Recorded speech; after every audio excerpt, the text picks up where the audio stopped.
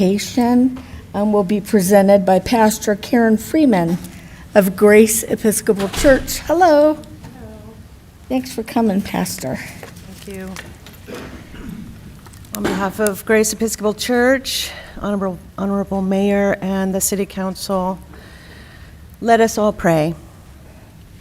Gracious God, thank you for gathering us together on this day. We pray for your Holy Spirit to be with us and to guide us. Thank you for calling us to serve you by serving our communities in Fairfield. We thank you for our freedom and for the gifts you've given us of wisdom, creativity, and the ability to communicate with each other. For this meeting, we ask for those gifts in abundance, that decisions would be made with wisdom, that creative solutions be found and implemented to make life better for residents and visitors of Fairfield and its environment, and for the ability of this council to govern effectively for the greater good. We pray especially for people in need of shelter, food, or healthcare services, that they will be guided to existing resources and given a voice where resources need to be developed. We ask your blessing on our mayor, our vice mayor, and all city officials and leaders in this community. May we serve with humility, compassion, and courage. Amen. Amen. Thank you, Pastor. And Mr. City Attorney, could you lead us in the Pledge of Allegiance, please? Certainly. Will you please rise for the Pledge of Allegiance? Place your right hand over the heart or salute. Repeat after me. I pledge allegiance to the flag of the United States of America and to the republic for which it stands, one nation, under God, indivisible, with liberty and justice for all.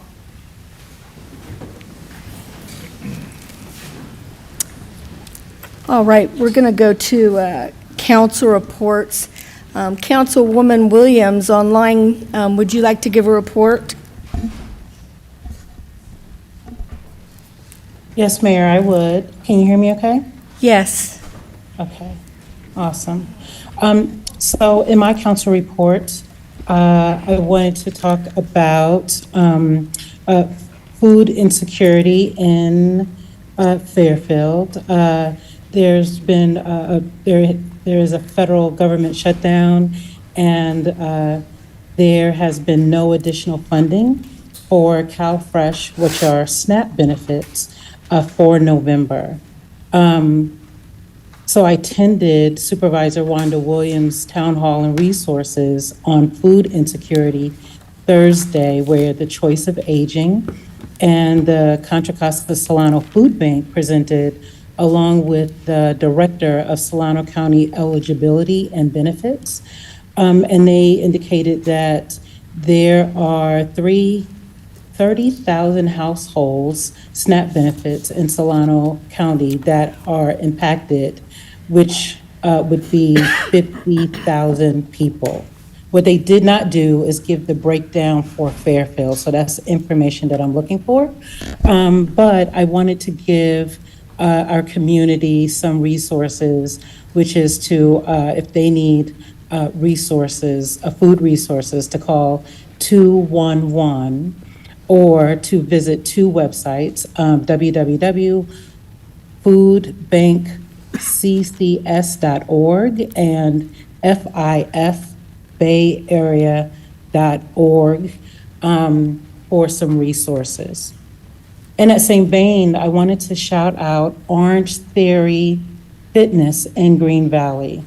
They heard about, what was going on and the need for food resources, and they partnered with their neighboring Plazamate, L&L Hawaiian Barbecue and G-Stacks Barbecue, and got out the word within 48, 72 hours. They saw 300 people and gave out $100 gift cards and gave everyone take-home food, hot food, and that happened this Saturday in Green Valley.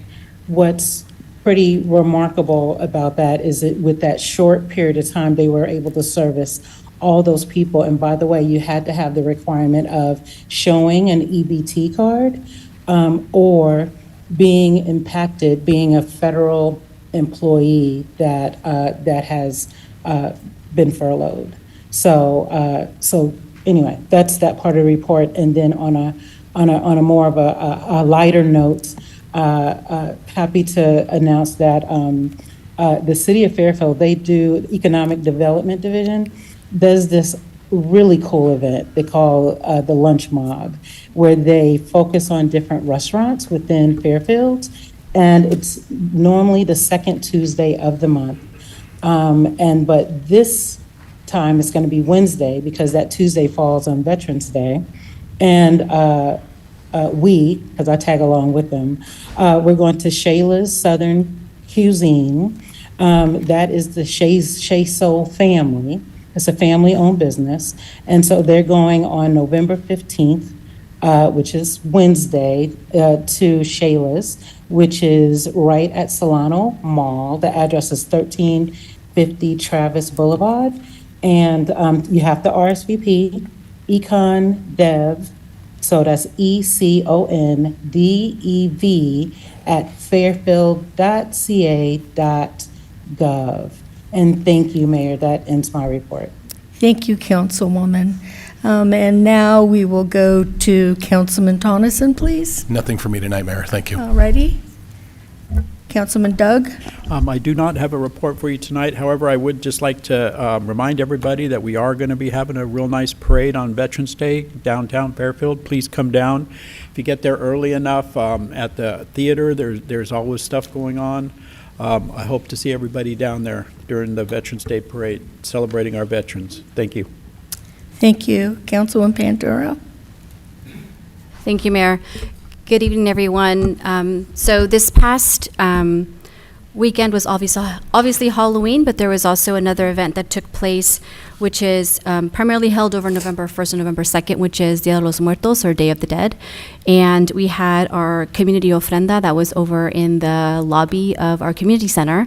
And so the first night was held on Thursday, so we did we met out at the pond behind City Hall, and we passed out lanterns to everybody, and there was speeches, and then everyone went around. They wrote their loved ones that had passed on the lantern, and we had a really nice procession all the way around the pond, and then ended with placing those lanterns in the water, just as a remembrance and honoring of those who have gone before us. It was very nice, and then folks brought pictures of their loved ones and also their pets, and they placed them on the community ofrenda, and it was on display through yesterday, so it was a really nice way to just honor our loved ones, but then also to come together and celebrate the diversity of our community. So it's just another great space to be in together and to honor tradition. And then I just wanted to give thanks to the Parks and Rec team, especially Juan, Ryan, and Fernando. They were amazing in helping the event come together. And there was also, we had some really great community partners. We had Solano Community College, who sponsored the lanterns and the hot chocolate, and then the Solano Hispanic Chamber of Commerce donated funds for the pan de muerto, which is the sweetbread that's made for that season. And also thank you to the MOD team, or our communications team, because they were able to get the story covered on the news, but then also in the paper, which was really great. And then the pan de muerto, which is sweetbread, if anybody had it, it actually came from Little Maya Bakery in downtown Fairfield. It's a hidden gem if you haven't been. It's where the the Rosanna's Bakery used to be. So they took it over, and they have tamales, they have tortas, but then they also have pan dulce, but they also have amazing cookies and delicious fun treats there. So go check them out. And then we also had some Catrinas. So Catrinas, if folks are familiar with Day of the Dead, or the folks that dress up with, like, they look like kind of like skeletons. And so we had amazing Catrinas there. And one of them, the leader of her, she owns Million Design Hair Salon on West Texas. So her and her crew came out, and they added a really nice touch to the event. And they're the ones that led the procession. Anyways, it was really nice to have so many local partners come together for a community event, and I'm looking to grow it next year. We're hoping to grow it next year because it was really awesome. And then just going off of Councilmember Williams' discussion around food access, On Monday, we met with the Food is Free Bay Area, which is a nonprofit that runs food access sites primarily in Vallejo, but they also do mobile sites throughout the county. And so we met with them on Monday with, it was ourselves and other leaders throughout the different cities to talk about what we can do as a community to fill the needs that a lot of our residents are feeling the impact that's happening with the SNAP benefits being taken away. So Kay Patrice and I, because they've also definitely seen an increase in folks. So they just had one of their sites, and they had the line that they normally get, and then compared to the line that they just had, is comparable to the line that they have during Thanksgiving. So if you can imagine that it just stretched for miles. So it's a definite expression of what's going out there, what's happening out there in the community. And so Kay Patrice and I have been talking, and we're researching to find ways how we can either support that program or our local programs here. So we do have several churches in the area that provide food giveaways throughout the month and throughout the week on a weekly or monthly basis. So we're doing our research to see how we can support those and or Food is Free Bay Area. And that is all, Mayor. Thank you. Thank you, and great work. Councilman Sandu. Thank you, Mayor, and good evening, everybody. Just a couple of things. About a week and a half or 2 weeks ago, I had the opportunity to attend the annual event for the Solano Advocates for Victims of Violence, Shining the Light event. They do a lot of good work in supporting victims of domestic violence. Just this week, we unfortunately did lose some folks to domestic violence, so if you are going through something like that, please reach out. I was joined there as well by Fairfield PD, obviously, alongside Chief Marshall, who I think there he is. And then also earlier this weekend, the Solano County Authors Luncheon happened, and they do a lot of good work in promoting education and literacy in the county. And I want to add that this may have been the first time I went to a community event where Chief Marshall was not present. We usually go to a lot of the same things. And then I just want to add as well, as all of you know in the audience and all of us know on here, we've all received a lot of feedback regarding Vista Ridge and the Downtown Theater. Just wanted to acknowledge that I've received it, have read it. I can't respond to all of them, but have taken it into account. So thank you for sharing and reaching out and sharing your perspective. It's just part of the process between. What I mean to say is it's good that we're doing it, and I'm glad you guys all reached out and shared what you're thinking as we kind of work through our democratic process here. So thank you. That's it, Mayor. Thanks. Thank you.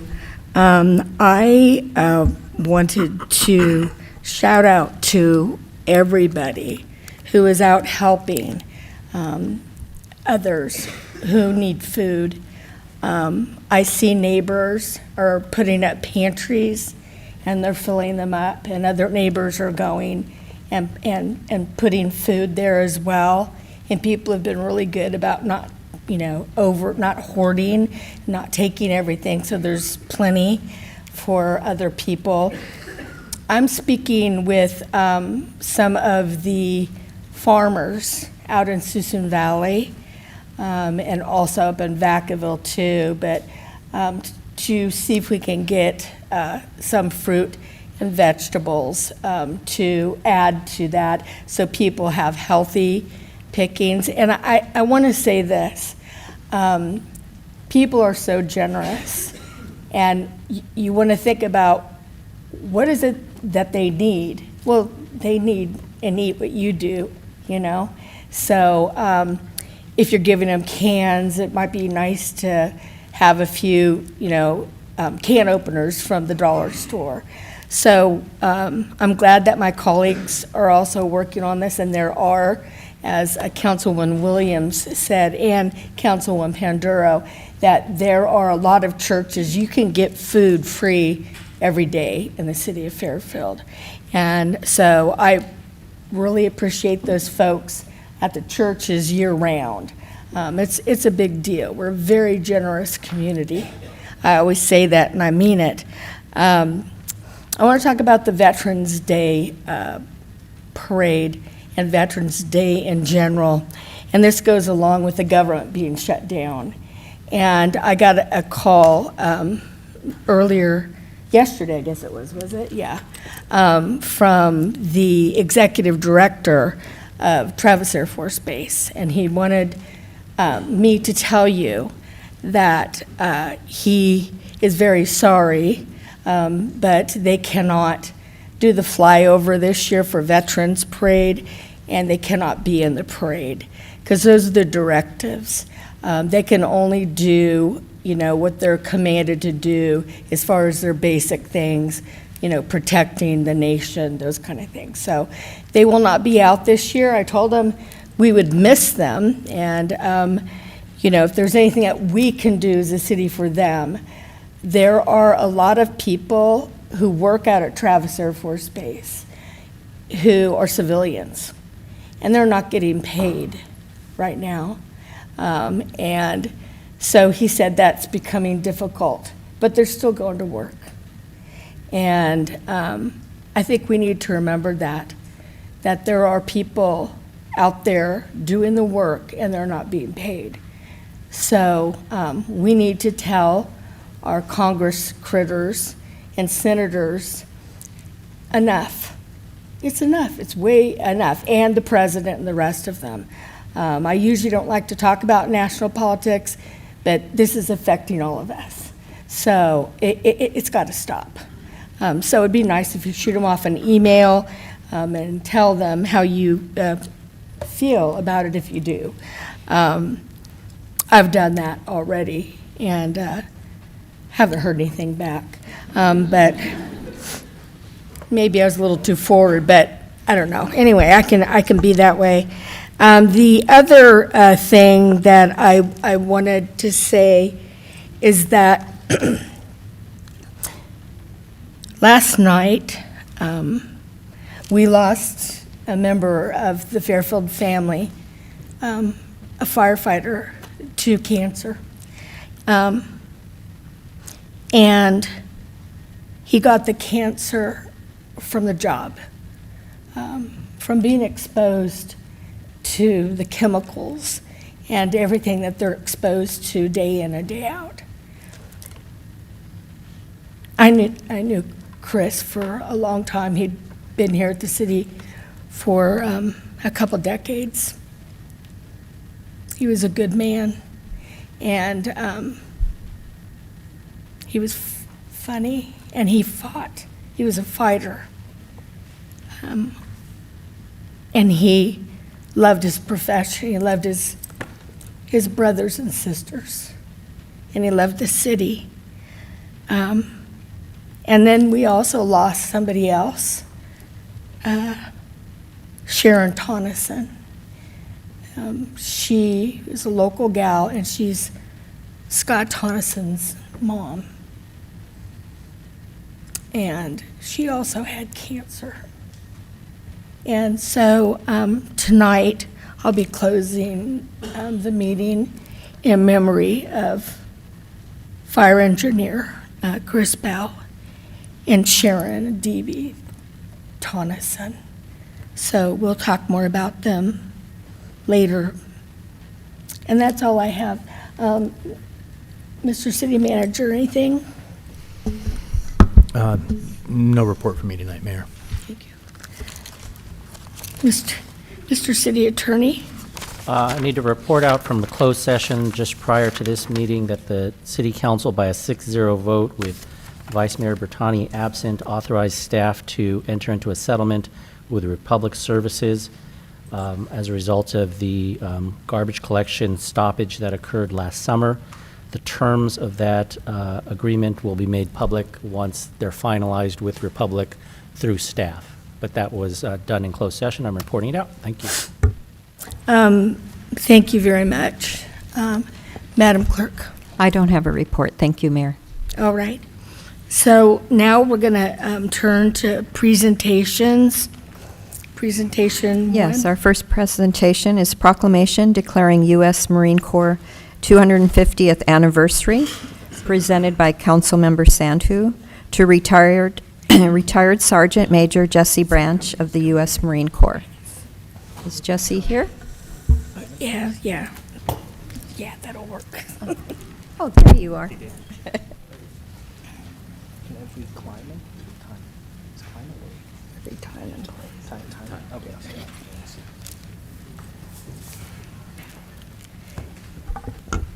And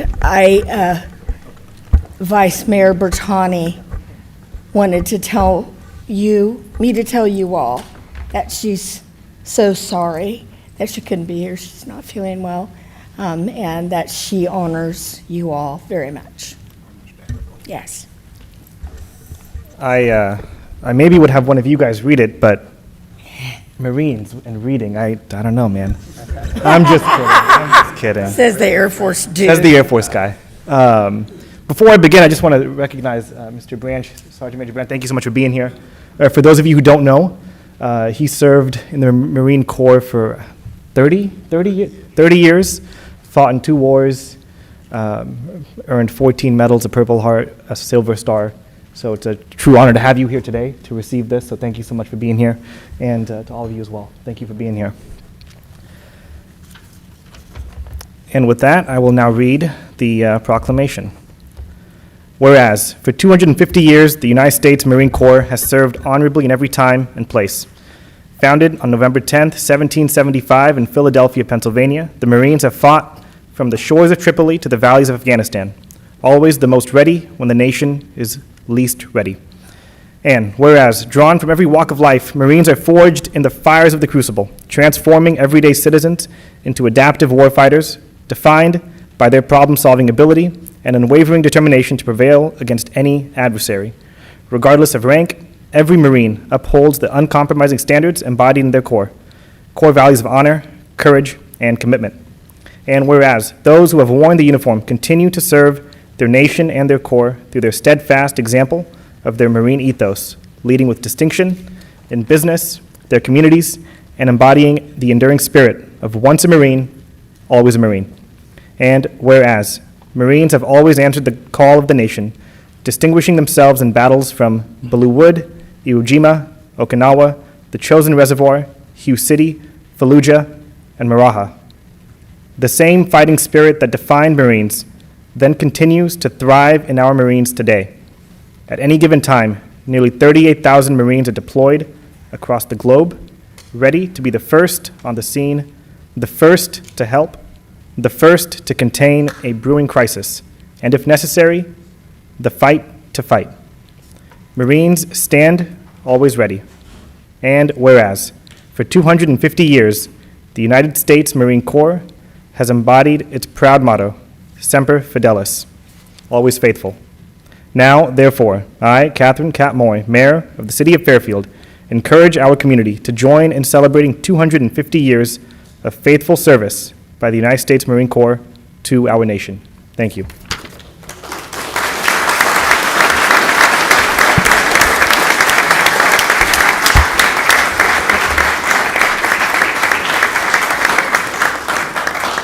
And before we continue, would love to invite, if one of you would like to say a few words, please. Good evening, everyone. I'm no stranger in this city. Been around for a few years, but I want to thank the Mayor Moy and the City Council for honoring the United States Marine Corps 250th year. I'm going to have one of my colleagues, Rory Nichols, who heads up Marine Corps League, say a few words in connection with the celebration.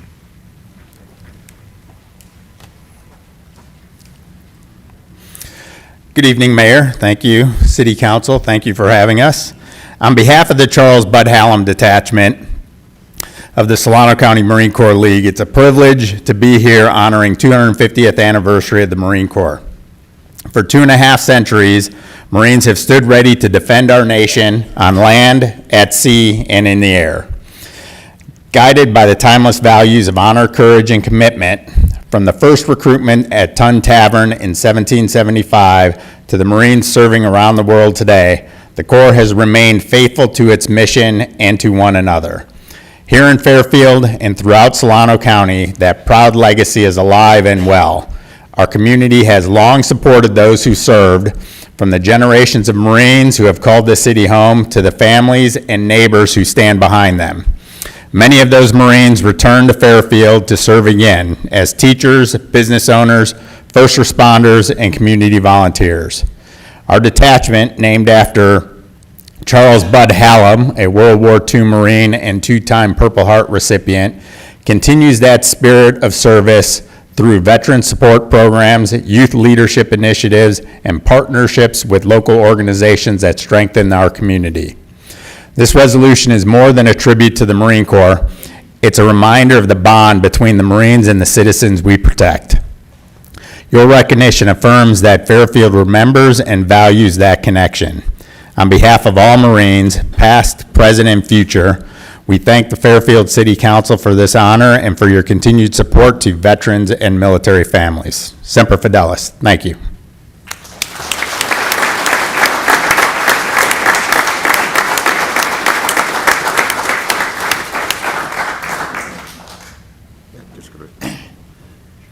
Thank you, Roy.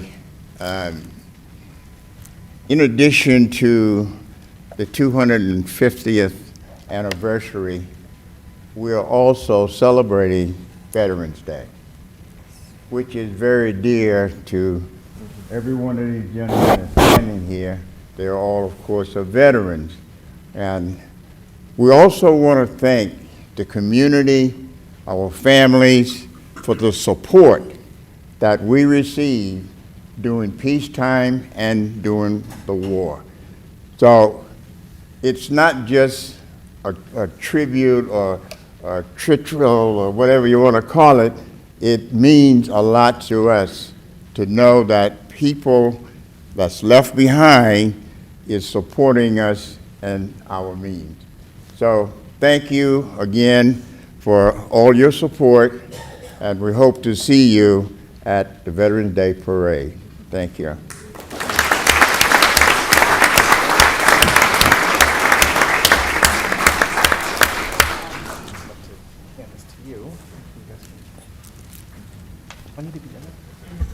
Yes.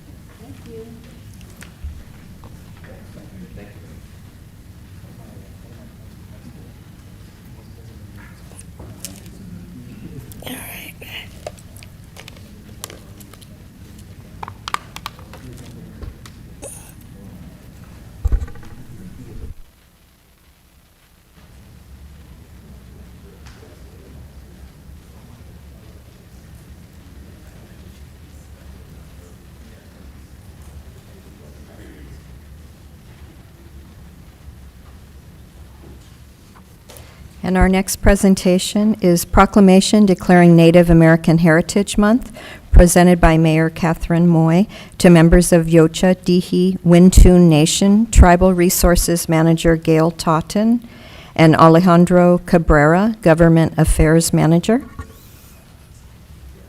And then after that, we will have our Poet Laureate, Michael Wiley, read a poem entitled Prayer of the Valley Oak that he wrote for the occasion. Thank you. Thank you, Madam Clerk.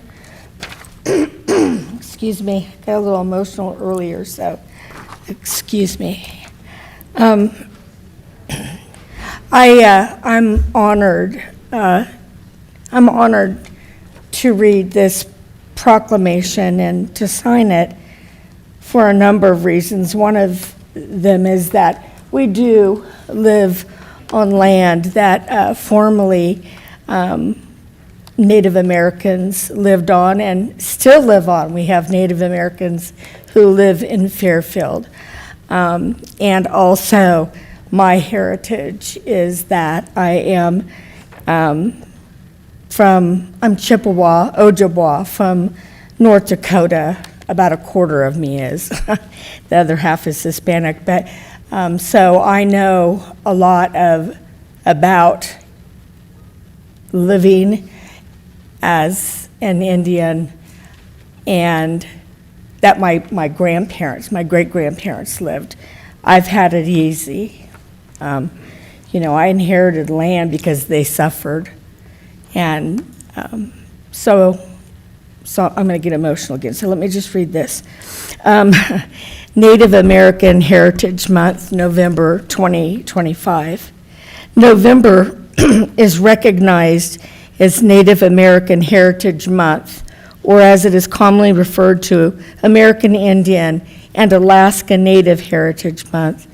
Native American Heritage Month is a time to celebrate rich, diverse cultures, traditions, histories, and to recognize their enduring contributions to our nation. It is also important to educate the public about the many Native American tribes, to raise awareness about the unique challenges Native peoples have faced, both historically and presently, and to recognize the ways in which tribal citizens have worked to overcome adversity and inequitable systems. We can most effectively address the historical and ongoing challenges faced by Native people through a sustained effort to meaningful change, through historical acknowledgement, honest and accurate education, and the visibility and inclusion of Indigenous peoples within our neighborhoods and communities, both public and private. California has the highest number of Native Americans, with a population of about 757,600, comprising about 1.94% of its total population as of 2024. The Susunis, also called the Susun, and the people of the West Wind were a Patwin tribe of Windtoom people, originating in the Susun Bay and Susun Marsh regions of Solano County. Historians estimate they lived in this region for about 4,000 years. Simieto, who was a respected leader of the Susunis people, was baptized as Francisco Solano at Mission San Francisco, and is also known as Chief Solano, for whom Solano County is named. Whereas the Susunis' main village, Yul Yul, is located in the greater Rockville Park area and Susan Valley Road, where petroglyphs and acorn grinding rocks can still be found. Therefore, I, Catherine Moy, Mayor of Fairfield, I proclaim the month of November as Native American Heritage Month in the city of Fairfield, and I encourage all members of our community to learn more about the Native people who first called this city, county, state, and nation their home. So I would like to give this to you. You should have been up here the whole time. What are you doing back there? So this is for you and for the tribe. Thank you so And much. we appreciate you coming tonight. It's great. So here you go. Thank you. Thank you.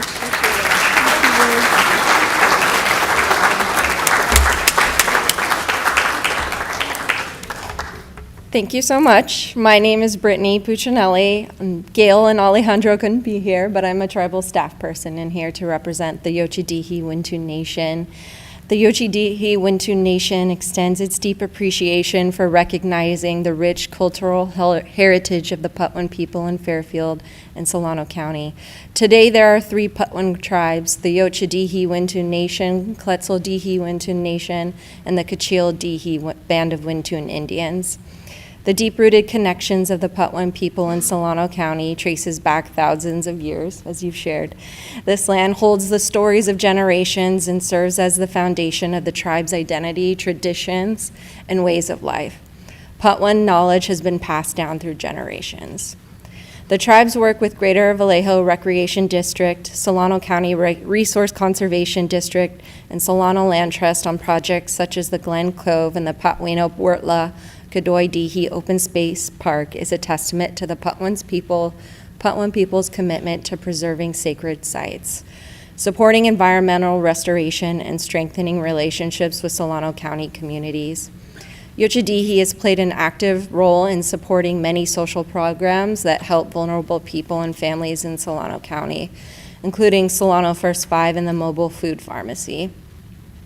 To date, the philanthropic arm of the tribe has given over $11 million to dozens of worthy causes supporting residents in Solano County, primarily focused on programs for those most in need. All this work has been carried out to empower people and steward lands, reflecting the tribe's commitment to future generations. So thank you once more to the City of Fairfield for this recognition of the Patwin people and for reaffirming Yochadihi Winton Nation's dedication to cultural preservation, environmental stewardship, and the betterment of our local community. We invite the community to learn more about the Patwin people and to continue building a shared and prosperous future together. In that spirit, please accept the following gift from Yochadihi, which includes more information on Native American Heritage Month and their people. Willable. Thank you. You've got one for everybody up Yes. Thank you so much.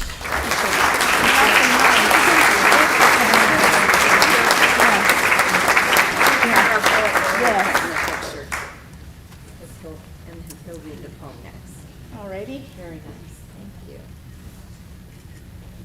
Thank you. Thank you. Thank you so much. And now our poet laureate will read his poem. Thank you. All right, thank you, Mayor, council members. As preface to this poem, I would also like to acknowledge that this poem is read on the traditional lands of the Patwin people. As poet laureate, of course, my role is to honor the many voices and traditions that shape this city. This month, we gather to recognize and celebrate Native American heritage, a time to reflect on the enduring histories, cultures, and contributions of indigenous peoples across this land. The poem I'll share, titled Prayer of the Valley Oak, was written in that spirit. It is offered tonight in solidarity and with gratitude and respect. Prayer of the Valley Oak. The acorn drops without witness or prelude, ungathered, incubated, and water stirred. It summons vision of future vastness and labyrinthine threads. Buried seeds are patient. To pray is to remember hands that fold may also wash away bitterness. The acorn's crown, half armor and half a promise to unfurl jagged palms in the shape of its ancestors, even before survey lines. An amphora of wood. It gathers sky's light and claims its journey, roots buried in tacit treaty with surrounding vales and wind-stroked peaks, and those of us who listen. Thank you.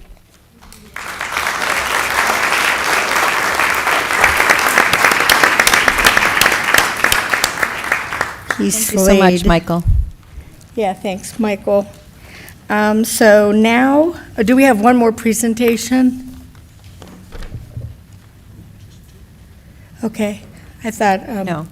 Esther had asked for a third one. Okay, now we'll move to public comments, please.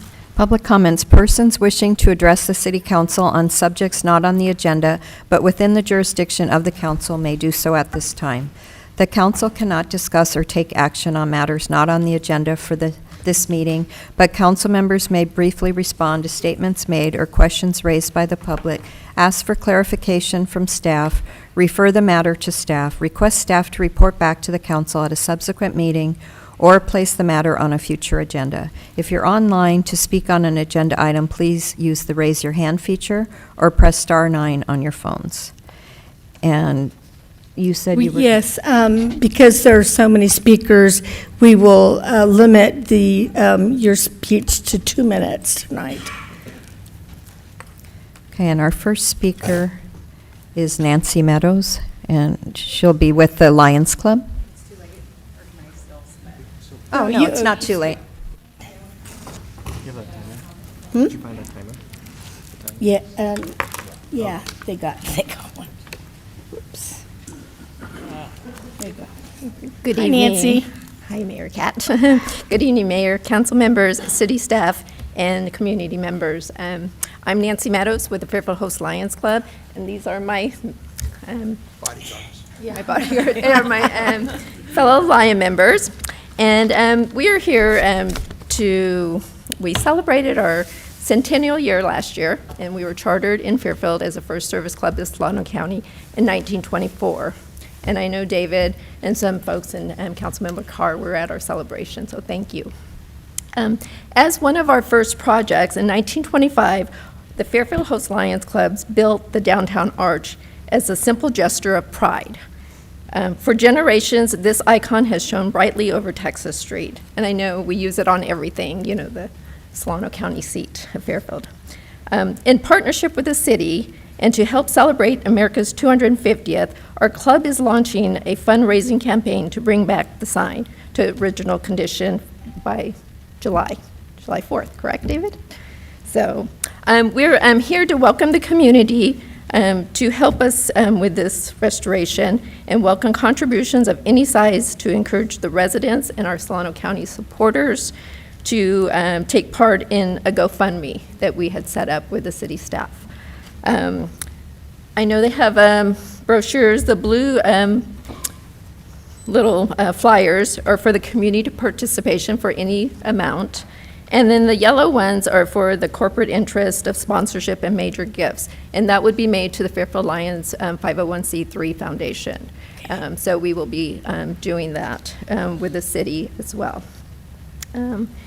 If you would like more information, the city will be promoted online, and in the Daily Republic, the Lions Club will also be handing out hard copies and promoting it as well. So, but we just wanted to bring that to the attention of our community to help us celebrate our centennial and our major project with the Fairfield sign. So thank you very much. So. Do you have others who want to speak as well? No, we're on a time limit. No, it's okay. It's okay. That's just an excuse, isn't it?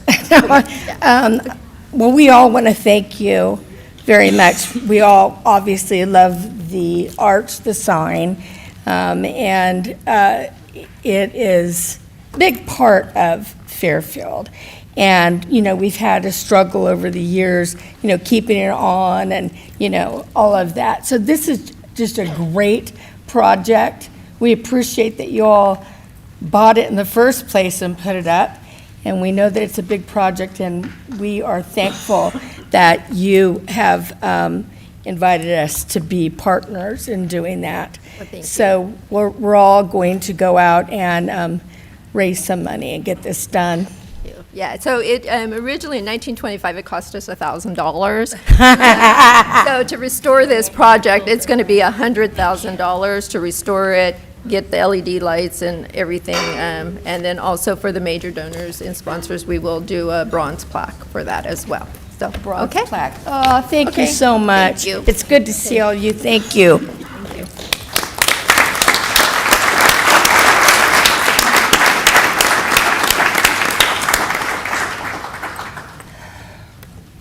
And our next speaker is Tia Madison, to be followed by Andrea Hallahan.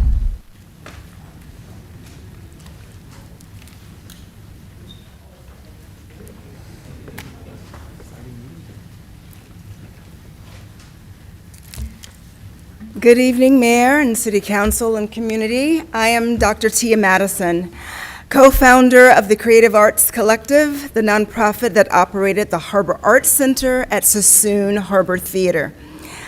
I'm here tonight to share my direct experience working with Mr. David Rogers because it is relevant to the city's decision regarding the stewardship of a public cultural asset. When Mr. Rogers served as president of our nonprofit, serious financial concerns arose under his leadership. Our board identified expenditures that we believed were inconsistent with the mission of the organization and appeared to support personal projects rather than the theater operations. Based on the internal review at the time, we estimated approximately $20,000 to $27,000 in organizational funds that were misused. When we requested clarification and a formal board meeting to address these concerns, that meeting did not occur. Instead, Mr. Rogers resigned. Within 24 hours of his resignation, approximately 90% of the organization's funds were withdrawn without transparent board authorization or sufficient documentation. This caused immediate disruption to the operations and the financial stability of the theater. We brought our concerns to the district attorney's office. Legal action did not proceed, not because the issues lacked seriousness, but because our young nonprofit had placed trust in his leadership. And our early stage structure made it difficult for the DA to distinguish between his actions and our inadvertent compliance. We also did not have the resources to pursue civil litigation. Ultimately, the theater suffered greatly, and after his departure, eventually, the venue closed and has yet to been able to recover. I'm not here to endorse or oppose any applicant. I'm here because public venues Your time require is up. transparent and accountable leadership. I'm available for any questions or concerns. Thank you. Thank you.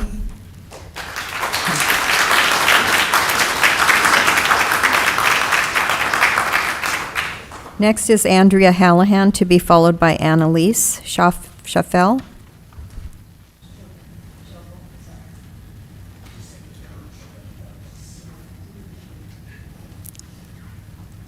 Hi, my name is Andrea Hallahan. Oh my goodness. And I am speaking on behalf of someone else. On the back of the paper that I'm handing out, it does have her explicit permission to give this notice. This is from Susan Cavazos, and she writes, "Dear honorable members of the City Council, I am writing regarding Mr. David Rogers as a potential renter of the Downtown Theater. As a former employee of Mr. Rogers, I feel it is important to share my first-hand experiences so the council may have relevant information while considering this decision. I previously worked for Mr. Rogers as a stage manager. In order to receive wages owed for my work, I was required to take legal action. A court order required Mr. Rogers to pay overdue wages. Payment was delivered approximately 3 weeks past the required deadline, and the remaining portion was sent approximately 1 week later as loose, unrolled pennies placed in an envelope. Additionally, a personal gown of mine, a Belle-style formal/prom dress, was not returned to me when requested. I stored the gown in Mr. Rogers' rental unit during my time working for him. However, he stated he did not have it. Because of this claim, the court did not order its return, and I did not recover the gown. I am providing this information not to make personal accusations, but to ensure the council has full context regarding my professional experience with Mr. Rogers. Given the public significance of the Downtown Theater and the importance of responsible management, I respectfully encourage the council to conduct thorough due diligence regarding his business practices, reliability, and capacity to responsibly manage a community facility. Thank you for your time and your continued dedication to our community. I appreciate your thoughtful consideration on this matter. Thank you. Thank you.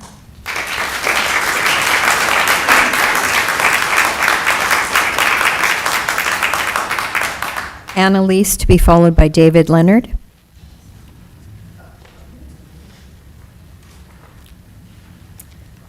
Hello, Honorable Mayor and Council members. Thank you for having me.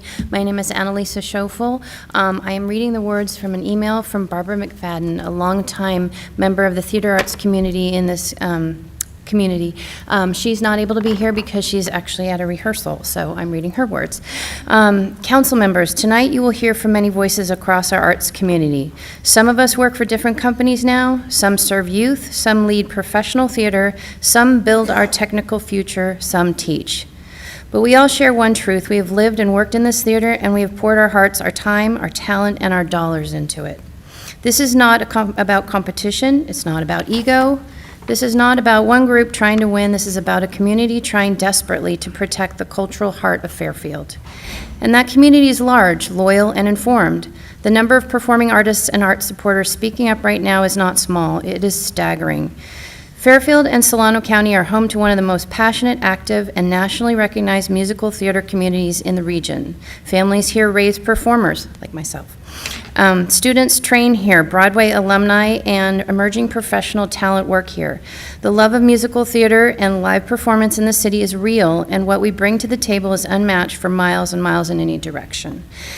Many who are speaking tonight once worked alongside the individual being considered, and they have since found healthier, more stable artistic homes. Their experiences are real, and they come from lived history, not bitterness. If every artist who had a negative experience had quit the arts entirely, Solano County would have lost dozens of promising performers, designers, and creators. Instead, they found other companies and thrived. And they are here tonight because they care about this venue and the city. We are concerned that the city is not listening to them. Because there is a truth this community feels deeply. When the people who sustain a cultural space, the families, the artists, the volunteers, the donors, the audiences, begin to feel unheard and unvalued, they stop showing up, not out of anger, but because no one can continue pouring into a place that will not give back.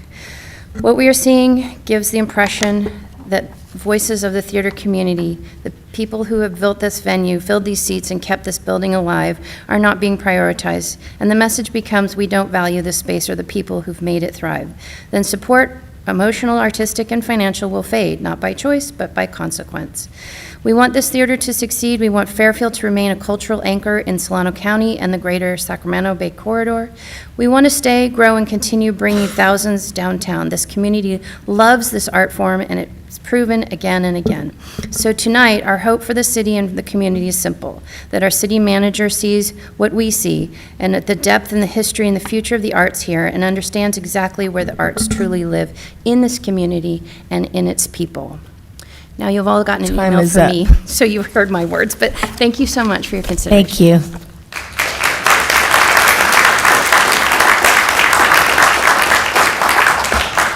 Next is David Leonard, to be followed by Eliza Thompson. Thank you, City Council, and I'll make this short. We've got 2 minutes. I'll make it. I'm going to make it happen. All right. My name is Dave Leonard, a Solano County native, and for 20 years I ran Solano College Theater, growing it from a budget of $100,000 per year to nearly $2 million a year. I hold a master's degree in theater administration. I have worked on Broadway and at theaters such as Berkeley Rep, ACT, many others, as well as academic and community theaters as well. I've been around. In fact, 2 of your applicants to operate the downtown theater are former students of mine. The process the city used to find a theater operator concerns me. I do not know of any committee member that has a formal education in theater administration and operation. I don't think it's a good idea to not have a theater operator on a committee to find a theater operator. The process timeline itself shows some naivete. Theaters plan a year and a half in advance, successful ones. Operational change should target 2028, not next month. You may not know this, but theaters are extraordinarily difficult to run. It's a crappy job, don't take it. To wit, 2 in 3 Broadway shows fail. 11 theaters have closed in the Bay Area just recently. Even the Suisun Harbor Theater closed. I would suggest looking closely at why that theater failed, and has impended it to probably a future that likely involves a bulldozer. Ladies and gentlemen, that is an example of government malpractice. You oversee a multi-million-dollar facility. The error in thought used in developing the operator selection process places that entire facility at risk. In all fairness, you have a mid-sized venue. That is the worst size possible. Venue Tech walked to your facility and passed for this reason. 400-seat venues are incredibly difficult to keep financially stable. Too small for touring shows, all the bills of a big theater. Hate to be a spoiler, but your time's up. Okay, that's all right. Thank you, Mr. Leonard.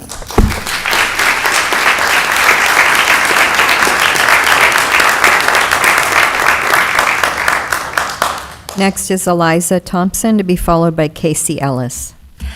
Good evening, council members. My name is Eliza Thornton, and I am here tonight as a young artist who began my early theater work under the direction of Mr. David Rogers. When I first worked with him, I believed I was entering a professional learning environment where commitments would be honored and young performers would be supported. I contributed meaningful time and labor, including work connected to programming involving the Dixon Unified School District. Only later did I learn what the school district had been built for, even though when my own finances and compensation were called into question. Many times I had received wages weeks late for duties that I had performed for the company. My willingness to commit myself and my time to the arts was also taken advantage of, as most of what should have been uninterrupted lunch breaks were spent running errands or traveling. If I had a problem with making those sacrifices, I was met with ridicule and fear of losing my position. As someone just starting out in the arts, that experience was discouraging and disillusioning. I believed I could trust the adults leading the program, and that trust was broken. It made me question my path and whether this field values young people who are trying to build a future in theater. Since that time, I have worked with respected theater organizations throughout the region. From them, I have learned what ethical leadership looks like. And I can honestly say that while I have learned a great deal from the organizations I worked with now, I learned just as much from my experience with Mr. Rogers. Not in how to run a theater, but how not to. Not in how to treat people, but in how not to treat those who work for you. During my time there, I also witnessed actions and conversations that raised concerns about financial integrity and professional conduct, particularly regarding how young people and collaborators were treated. I'm not here to speak for or against any organization. I am here because young artists deserve a safe, ethical, and supportive environment. My hope is that sharing my experience helps protect others who are just starting their journey just like I was. Thank you. Thank you.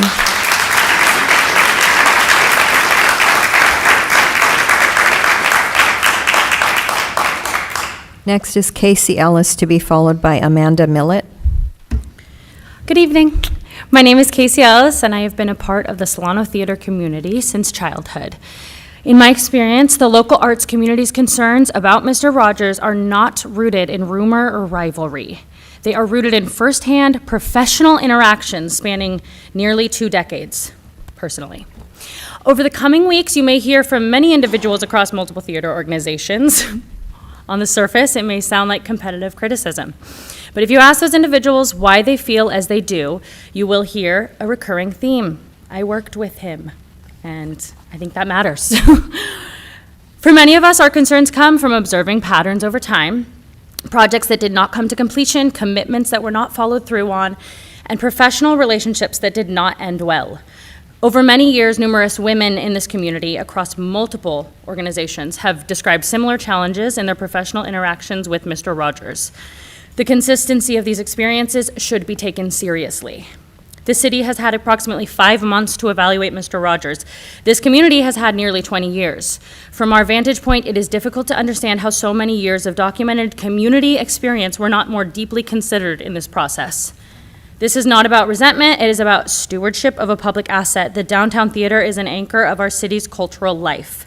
Fairfield deserves leadership and a demonstrated track record of trust, follow-through, and collaboration. Leadership that the community can confidently stand behind. On behalf of those who have built, sustained, and protected this theater for more than a decade, I urge the city to take seriously the experience and concerns of the community that has invested time, talent, and heart into this space. Thank you. Thank you.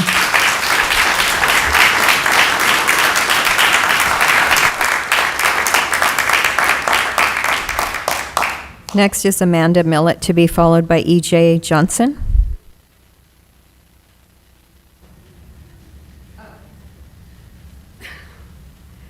Hello, good evening. My name is Amanda Millett. I am an educator, but I have a theater background thanks to people like Dave Leonard. When I heard that potentially David Rogers Jr. was going to be given the downtown theater, that set off alarm bells for me. I have worked with him. Thankfully, I had been laid off from a job. Not thankfully that I had been laid off from a job, but I only worked with him for a short time because I was between jobs. I worked with him when he was running a series of summer camps in Vacaville with the Parks and Rec Department. And I saw things that disturbed me. Things were mismanaged. I ended up having to take over an entire week-long summer camp because the person who was supposed to do it didn't show up, and nothing was communicated. I was the only person who showed up. So I did what I needed to do to make it happen. And then there was the issue of my pay. I had to hound him. I had to track him down. I had to continually call him and text him until I got my paycheck. And I was between jobs, so I needed that paycheck, so I was persistent. And I'm known as being tenacious, so I made sure I got paid. But the thought of him being in charge of this facility scares me, and I am afraid that it would open the city up to liability because I witnessed things that may or may not have been legal. So that worries me, that he might advance to a point where he would put that whole facility in jeopardy. My account alone probably wouldn't mean much because that was years ago. However, as you've already heard from other people in the room, it's the same story over and over and over again. Everyone who's worked with this person has had a similar story. So I hope that you will take that into account if you are asked to recommend this person. Thank you. Thank you.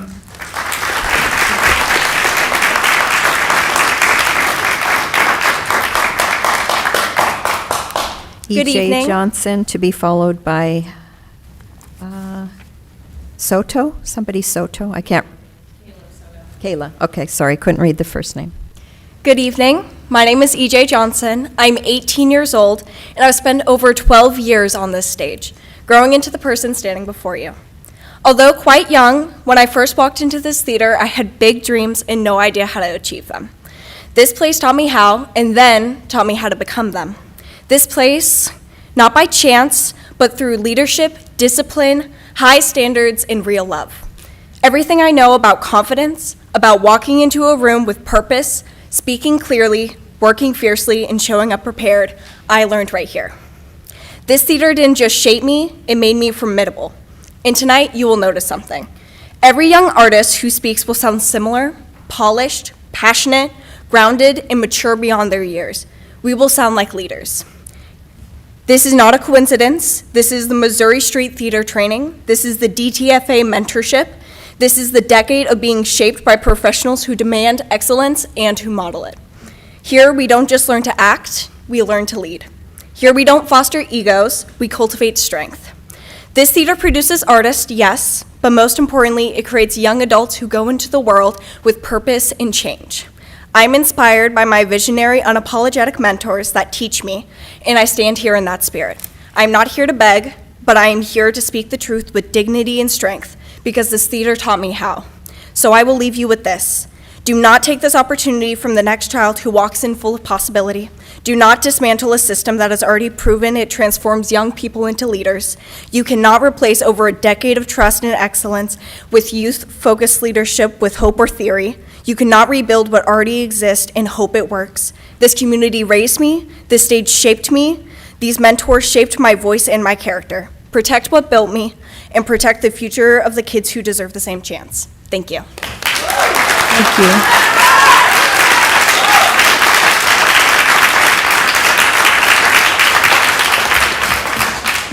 Kayla Soto, and to be followed by Sandy Wright. Good evening. My name is Caleb Soto. I am 18 years old, and I have worked and performed at a few different venues in this region. I have seen a lot of programs and a lot of different ways people run theater, and I can tell you from real experience, nothing has pushed me, challenged me, or prepared me like the Downtown Theater Foundation of the Arts and MST has. Not every kid gets this. Most young artists have to travel to San Francisco or Sacramento just to get close to this level of training and opportunity. My family didn't always have the time for that. And the fact that this exists here changed my life. I know MST isn't for every kid, but for kids like me with big dreams and big drive, this place is everything. It's where we learn discipline, resilience, and where we learn that we don't have to leave our community to become someone important. So when you hear all of us speak tonight and you notice the confidence, the clarity, and the purpose, understand something. We didn't just show up this way, we were shaped this way. By standards, by mentorship, and by excellence. So please, protect this theater, protect the people who built us, and protect the next kid from this town who believes, just like I did, that they can stand on the biggest stages in the world. Thank you. Thank you.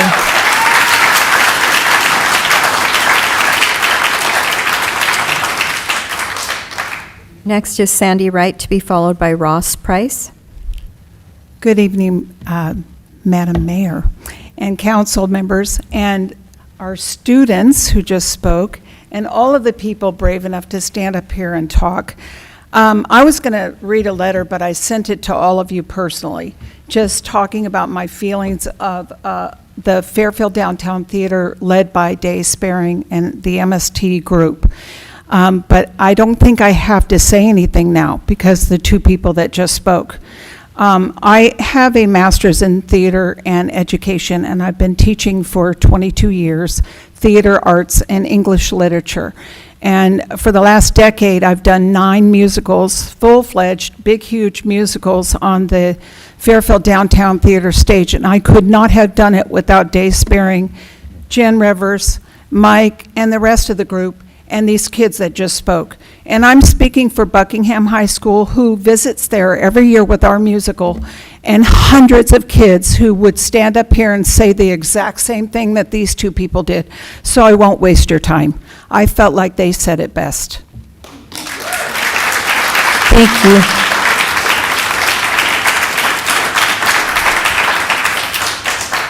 Next is Ross Price, to be followed by Lance Marshall. Timer. Oh, okay, we'll fix it. There you go. Dear City Council members, I'm here today to talk about a serious issue that my family and I have been facing since we moved to Fairfield in 2021. As victims of the LNU Lightning Complex fire in 2020 at Lake Berryessa, we were forced to find a new place to call home. We chose Fairfield. Our property on Norwalk Place is located on a 500-year floodplain. We have been experiencing flooding every single time that there has been an atmospheric river since we moved in. This has happened 6 times already since we moved in. I have lots of pictures, but I didn't get my USB drive cleared. What is particularly concerning is that the flooding seems to only affect my neighbor, John Ramirez, and myself. Despite this, the city blames the county blames the property owners, and we are confused as to how this can be the case when the drainage feeds into city drains. We never thought that we would have to pump hundreds of thousands of gallons of water out of our backyard and from under our house. In 2022, we spent $30K to install a clean crawl space under the house and retrench the entire backyard. Unfortunately, that has not been enough to stop the water from spilling onto our property from the field behind us as it floods. Now we leverage 14 sump pumps, 1 gas sump pump, and pump all that water out of the vineyard behind our property into the city streets. We have no other choice. I don't know where else to put the water. We understand that this is a complicated issue, but we're not here to play politics or point fingers. We want your help to solve the problem. So I urge the City Council to take our situation seriously and work with us to find a solution that will prevent our property from flooding in the future. And we're willing to work with all of you. Thank you for your time and attention. I also have Derek Lum, who's going to speak a little bit later. I guess his card wasn't put in late, so. Thank you. Mr. City Manager, this is in the Wood Creek area, yes? Yeah. And It really stinks. It's like the worst thing I've ever dealt with in my life. I'd love to show you the pictures. We did, maybe he should speak with Public Works or, yeah. Let's see, oh, there you are. There you go. Sanjay will. Yeah, I was at one point told to stop calling. My wife was told to stop calling about the issue. Oh, that's not acceptable. Yeah. No, sir.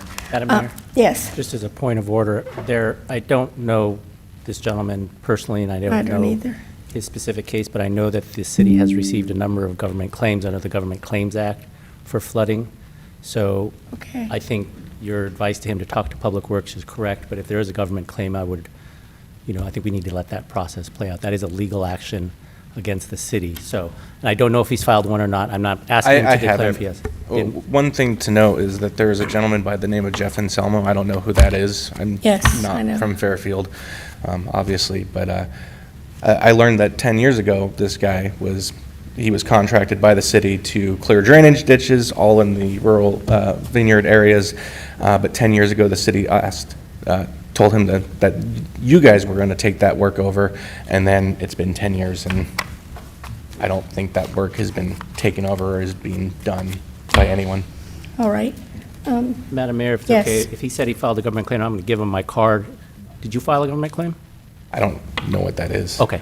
Never mind. So then he Thought you said he didn't. had, sorry. So if you could please talk to Sanjay, he's the head of Public Works, and it is complicated.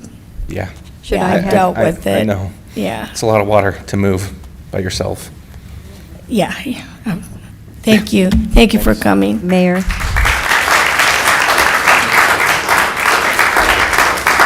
Excuse me, Mayor.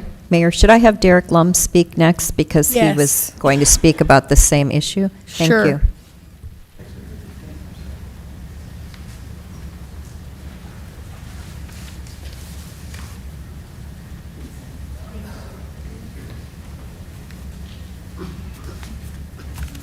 Hi, Derek. Hi, Kat, Mayor, Madam Mayor, and City Council Board. Third-generation farmer Derek Lum. I represent the Lum estate family and Darlene Lum to talk on this matter. This dates back to about 1984 when Wood Creek was started.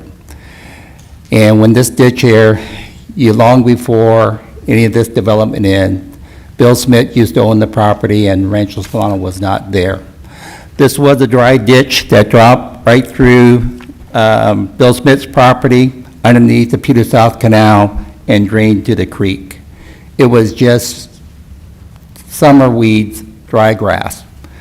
And to the west of my property, there is a cement ditch about 5 feet deep. It's county storm drain that drains the property. Goes behind the John Oliver's house.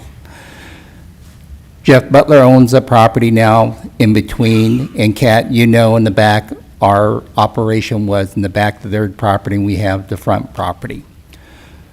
Once this ditch became, and Rancho Solano was built there, we always farmed and we always dealt with, we never changed the plan of the land, farmed the way it is, and we didn't replant it, changed it. We dealt with the floods and everything else in the aftermath. Once Wood Creek Estate was built, and talking to Gary Filati, that was, and he was mayor at that time, that ditch was contracted and hired Jeff and Selmo to clean and just keep the ditch because they knew it was for a storm drain. And especially when Rancho Solano came in. Rancho Solano has put a retention pond right there by B. Gill Wilson School. It drains into that. And I talked to Paul Fusion. I'm here as a landowner. I am on set as a director on SID, and talked to Paul Fusion, my head of engineering. I said, "Could Your storm time drain?" is up. Let me just finish this quick thing. Okay. I know this matter is deep, talking to the Ralston homeowner and John Ramirez. I'd like to alleviate this. This is a problem that the city created, and on the Bill surface, all the roads and house goes into the storm drain, creates the water going down that ditch. So this is a deep issue over many years that needs to be solved. So, and we're just the collateral damage in between the landowners. Thank you. Thanks, Derek.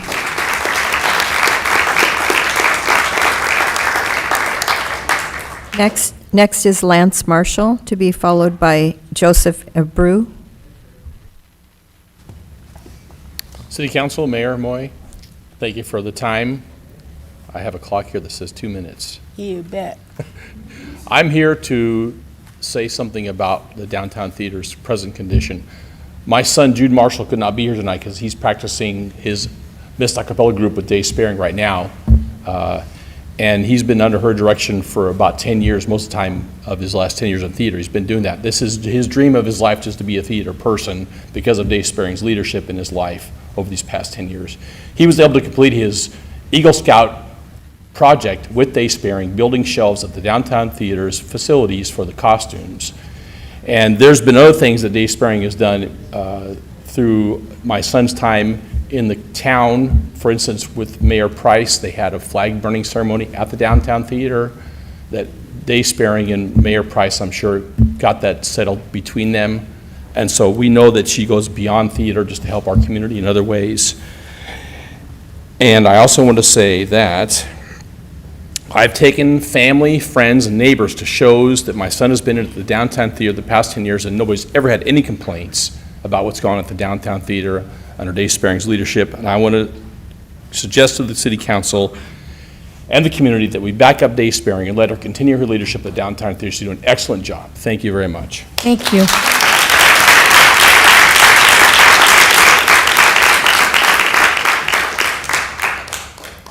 Next is Joseph Abreu, and to be followed by Tina Perez Hill. Hi, yes. My name is Joseph Abreu, and I am in support of the current leadership at the Downtown Theater. I grew up in this town, went to high school down the street. I was in that theater the first year that it opened. My dad was a professional trumpet player. His sister was an opera singer. So I have been around music my entire life. I grew up with theater speakers in our house. Like, that is what I got accustomed to. We watch musicals all the time, and when my son became interested in singing, the first thing we did was, hey, let's go check out some stuff. We got to Downtown Theater in Fairfield. Blew my socks off. It was way beyond what I expected. It was incredibly good, and I encourage everybody here, you guys are going to vote on who's the next one to control this. Go down and see what you've got. You actually have a gem. This is like a diamond in the rough, and I'd hate to see something like this disappear. I've been to Sacramento to look at shows that my son could be in. Dixon, Davis, Vacaville. What you have here in Fairfield not just kicks it out of the park, it's like a grand slam, and it like went out of the stadium. Like, they are so good. I went and saw their last show, Frozen, and I went to the first show. It was so good. I went to the second show, the third show, the fourth show, the fifth show, and the same emotions. Theater is supposed to build emotions. Most of what we have out there is theaters that are looking for profit, looking for money, and they're just delivering to get the things dealt. And it's about the bottom line and selling tickets. But what you have there is something that's incredible. Go see a show, see what you guys have got. It is truly amazing. These kids are incredibly talented, and it doesn't just come, there's a million mediocre groups out there. This is not a mediocre group. This is the top level. We can't go anywhere else and get our son any better training than they have right here. So just check it out. Like, you guys have got a great group. That's all I can say.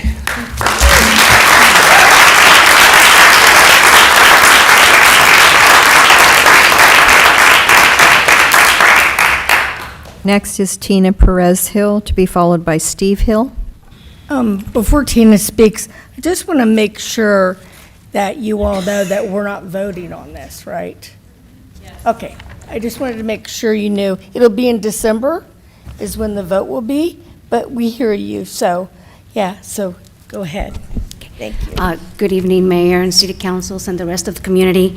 My name is Tina Perez Hill, and I've attended most of the performances at the Downtown Theater since 2016.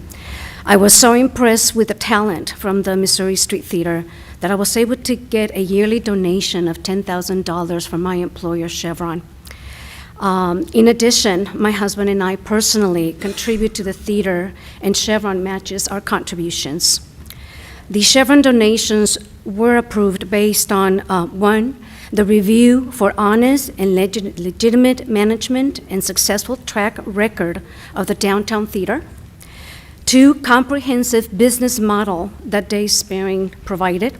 Three, nonprofit status of the Missouri Street Theater and the support for the arts via scholarships for the young residents of this community. The performance quality from the Missouri Street Theater, as was voiced already, is equal or no better than the travel Broadway touring shows and theaters around this area. We travel from Hercules, my husband and I, to bring family and friends to see the shows all the time. Some family members come to see the performances all the way from San Jose because they know that they're going to have a great time. And after the show, before the shows, we always have a meal in the area. I cannot praise enough the efforts from Day and her team to make the Missouri Theater and the Downtown Theater what they are today. Day's experience in theater management and the arts is key to the success of the Downtown Theater and will not be easily replaced. Without Day and her team, I cannot see the theater surviving, but I will follow the Missouri Street Theater wherever they go. I urge you to keep DFTA and Day Sparing in their current roles as managers of the Downtown Theater. Thank you.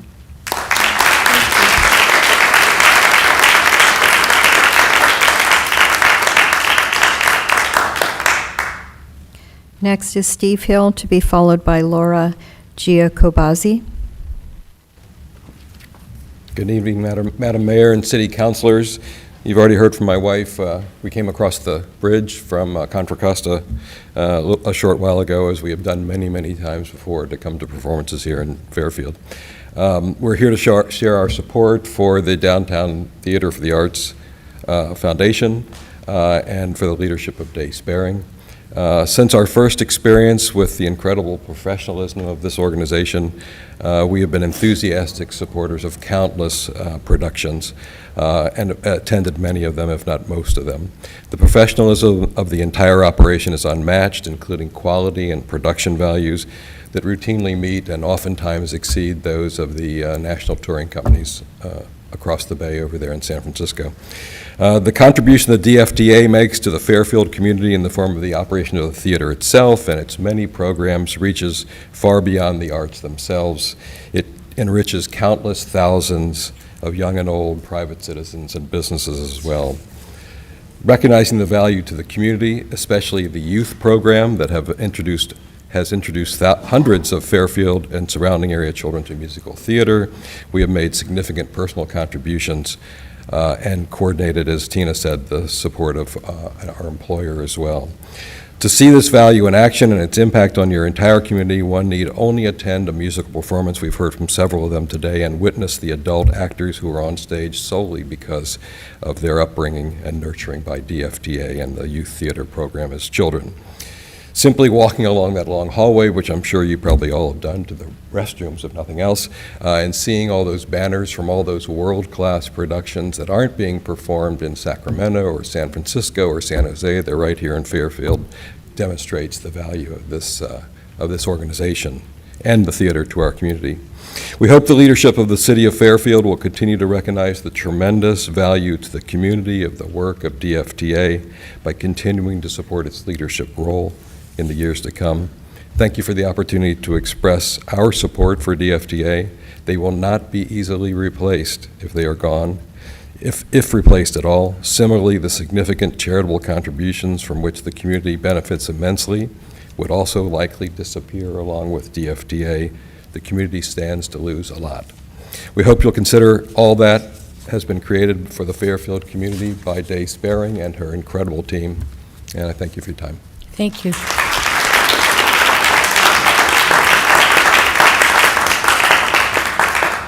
And next, Laura Giacobazzi. Thank you. You said that perfectly. I'm not going to sound as good as EJ. She killed it. But I also wasn't raised by Day. Thankfully, my kid is. My name is Laura Giacobazzi, born and raised in Fairfield. It's okay. I get a few more seconds. Just kidding.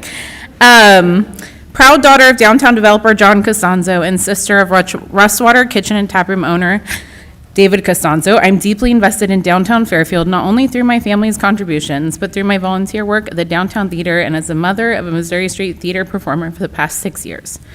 I'm here tonight on behalf of the Downtown Theater because what has unfolded in this venue selection process is not only counterintuitive, it is deeply concerning.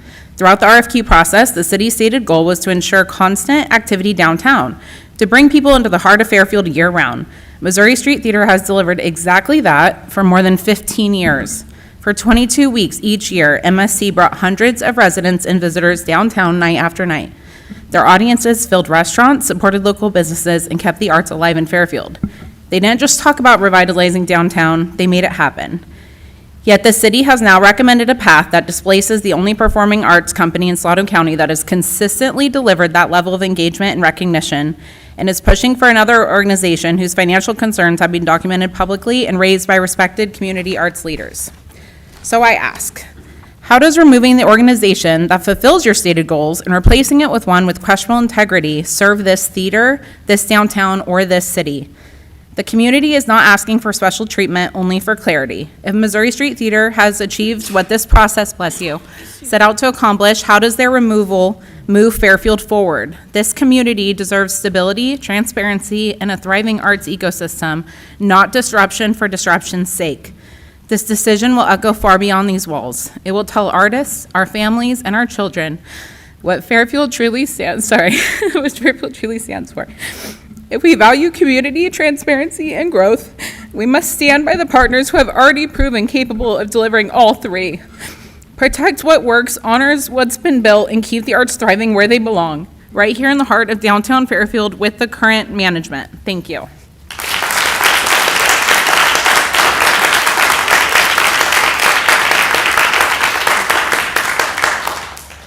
Okay, I don't have any more cards. Did anyone else wish to speak on public comment?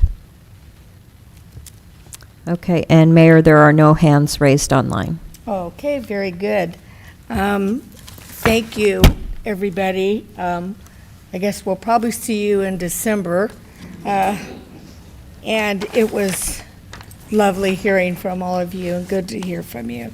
And thank you for loving the downtown theater so much. It is a great place. Thank you very much. So now we're going to go to the consent calendar, Madam Clerk. Okay, consent. All matters listed on the consent calendar are to be approved with one motion unless a member of the City Council or the public requests that separate action be taken on a specific item. I don't have any speaker cards for the consent. Did anyone wish to speak on consent K1, 2, 3, or 4? Let's take a few minutes to let them go ahead and get out.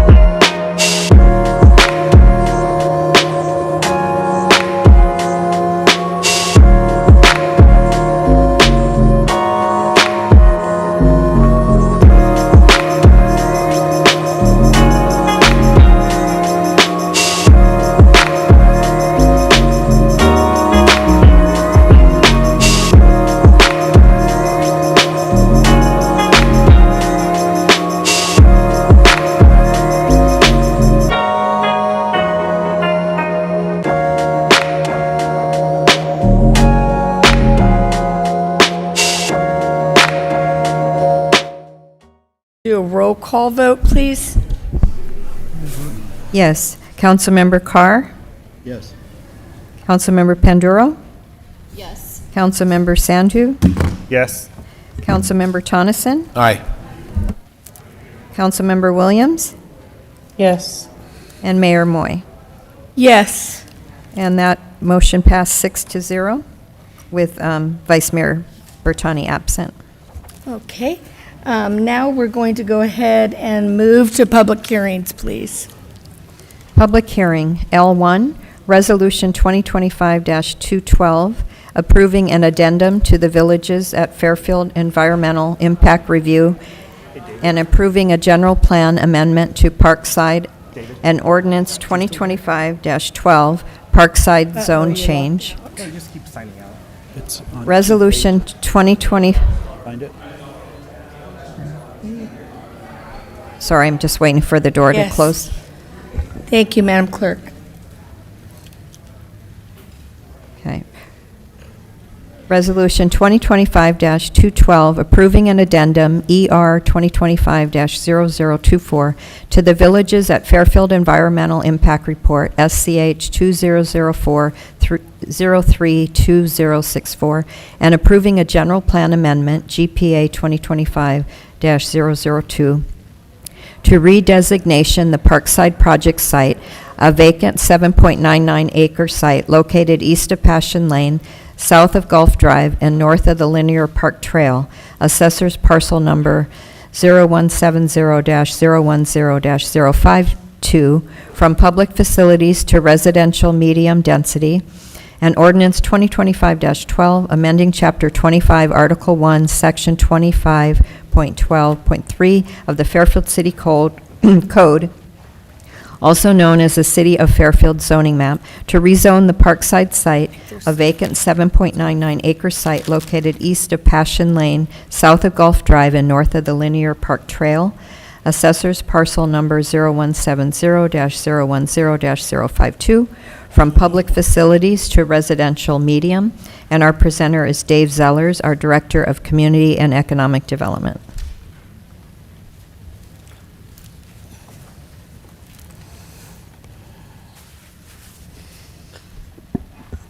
All right, good evening, Council. I want to, before turning this over to our consultant for the project, Daria Young, I wanted to briefly, I know this is a project that's drawn some community interest, so there's two things I want to address. One is, there is still a planned park that will be built in this neighborhood. To that end, the second thing I wanted to address is, in the next couple of days, our community will see promotion from our marketing and outreach team. On December 4th, there will be a community meeting on the park that is to be built in the neighborhood. The tentative location for that is Laurel Creek Elementary School. Again, details are being finalized. And there'll be a multi-week engagement survey as well for those individuals who can't attend that public meeting on the park. Again, there's since this project came up and folks were unsure in the community what the status was of the park, since the school at one time was also expected at the site. Now it's going to be this different project. There's a recognition, as always, we want to engage with the community and have community voices be heard in the development of such an important amenity for the villages. And joining us tonight, in addition to our consultants who are working on this project, we also have representatives of the Lewis Group who can speak and answer any questions the council may have. With that, I will get out of the way and turn this over to Daria Young, a contract planner from Kimley Horn and Associates. Good evening, Council, Mayor. My name is Daria Young, and this evening I will be discussing Parkside with you. To begin, I would like to provide a little bit of context into the project's location as well as the project as a whole. The project currently consists of roughly 8 acres of vacant land. It is located at the southeast corner of Passion Lane and Gulf Drive. Two other notable landmarks is that the site is located just north of the Fairfield Linear Park and just to the west of the neighborhood park, which is soon to be developed. Yes. The current zoning and land use designation of the site is public facilities. So the proposed Parkside project proposes the development of 76 single-family units, in addition a water quality basin / pollinator garden, as well as the construction of a series of public streets, sidewalks, and other utilities and infrastructure improvements to the area. So the proposed project is part of the Villages of Fairfield Master Plan. This master plan was originally approved in 2005, and it essentially created 4 villages or neighborhoods. The Parkside project is located within Village 1. So at the time of approval in 2005, the Parkside project originally was planned as a school site and was made available to the school district to acquire and develop. However, since 2005, the site has remained vacant and the school district has taken no action to acquire. Additionally, in 2022 and multiple times after, the school district has come forward stating that they do not need the site for their facilities and are not taking action to acquire it. Due to such, the applicant is now seeking entitlement to develop the site into residential uses.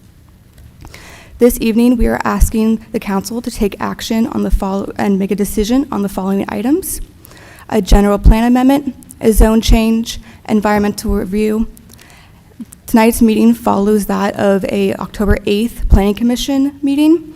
At that meeting, the Planning Commission recommended approval for the above items, as well as they passed Resolution 2025-07, which approved a tentative subdivision map and a development review.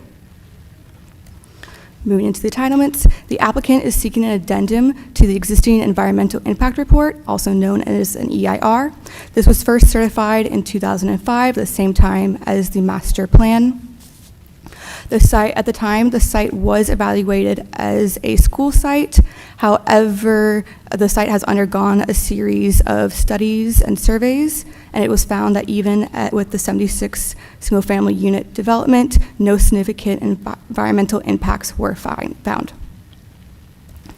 The applicant is also seeking a general plan amendment. This is to change the current existing land use from public facilities to residential medium for residential uses. Likewise, the applicant is also seeking a zone change from the current public facilities zoning to residential medium. It is staff's recommendation that the City Council approve or adopt Resolution 2025-212, which approves the general plan amendment, as well as certifies the EIR addendum, as well as adopt Ordinance 2512 to approve the zone change. Thank you. I'm going to open the public hearing and then see if there's anybody who wishes to speak. Then I'll bring it back to council for questions. Yes, I do have two cards. The first one, Ashvini Rao. I hope I'm pronouncing that correctly.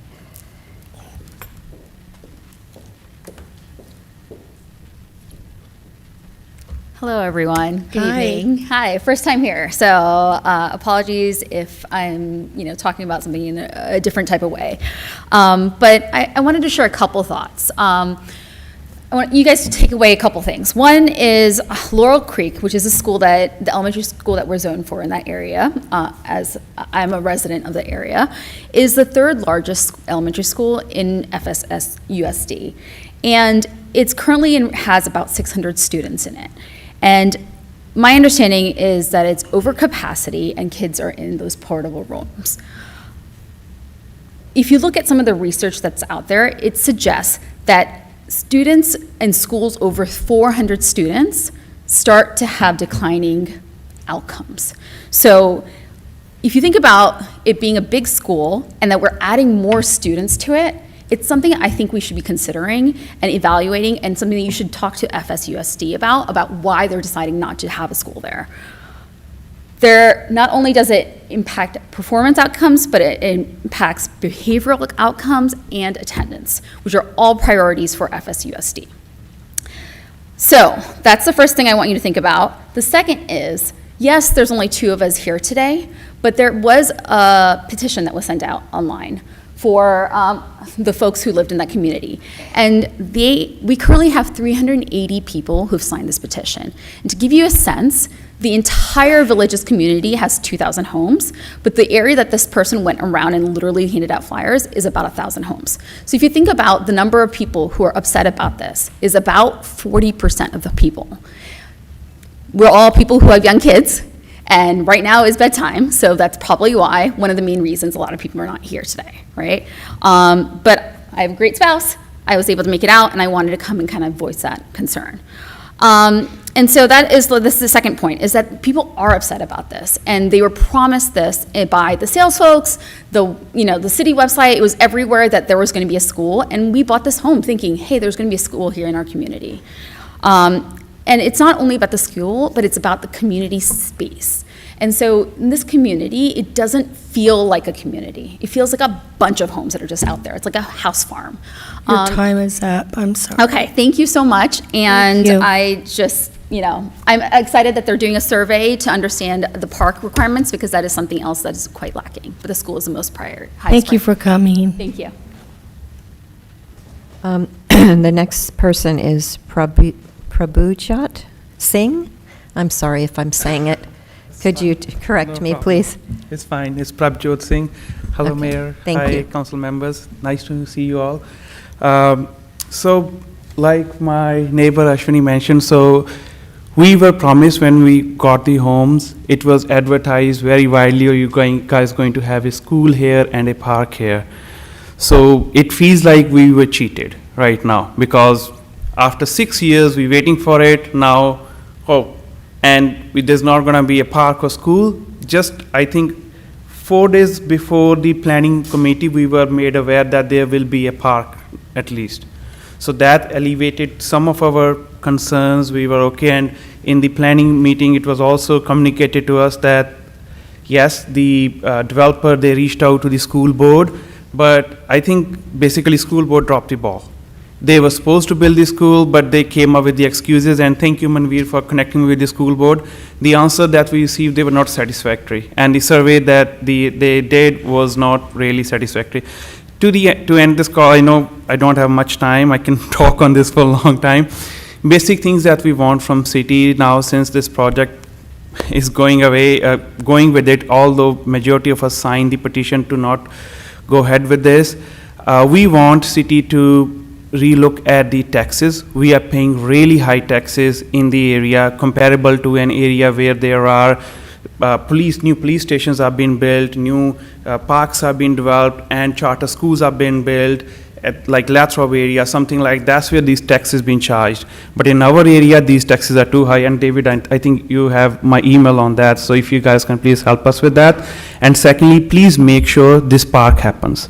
We don't want to be another 4 year, come back here with different, we wish you all the luck to be here for many years, but different council members here, and still we're discussing why there should be a park and there should be more houses rather than a park. So please make sure that park happens at least.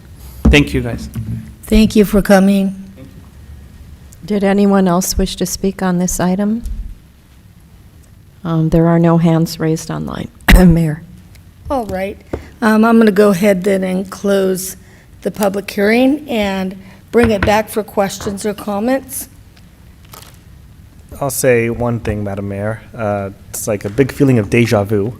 As you know, I live in the Gold Ridge area, Right. and kind of what was alluded to today is actually a very similar story that Gold Ridge had heard too.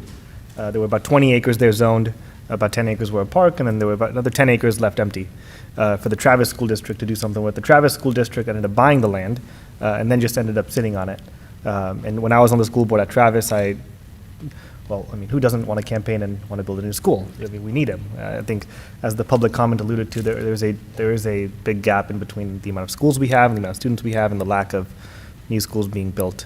One tidbit I wanted to share was when we started just to consider, could we even do this when I was on the Travis board, our CBO started to float some numbers about what it would look like to do a new construction.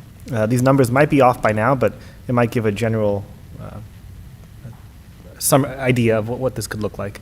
I think a new elementary school was in the range of about 50 million. Middle school was touching 80 million. And then a high school was looking at nearly $100 million to build a brand new one from scratch. And school budgets, much like city budgets, a majority goes to people and leaves maybe 10, 15% left for operating and for physical asset costs. So building that was tough without a higher threshold bond, for example, which, as you guys can probably imagine, are very tough to pass. The 60%, I think it's a 60% threshold, 2/3. 55. There's the 50 plus 55%, and then the 2/3. Yeah. So for a school district to build a school would require a 2/3 bond measure. And getting 2/3 of folks to agree on anything is pretty tough, let alone a tax. I can't speak too specifically to Fairfield Unified, but as an example, Travis Unified School District, they recently passed a normal bond. It was like the first one in nearly 50, 60 years. And that was simply to maintain the assets they currently have.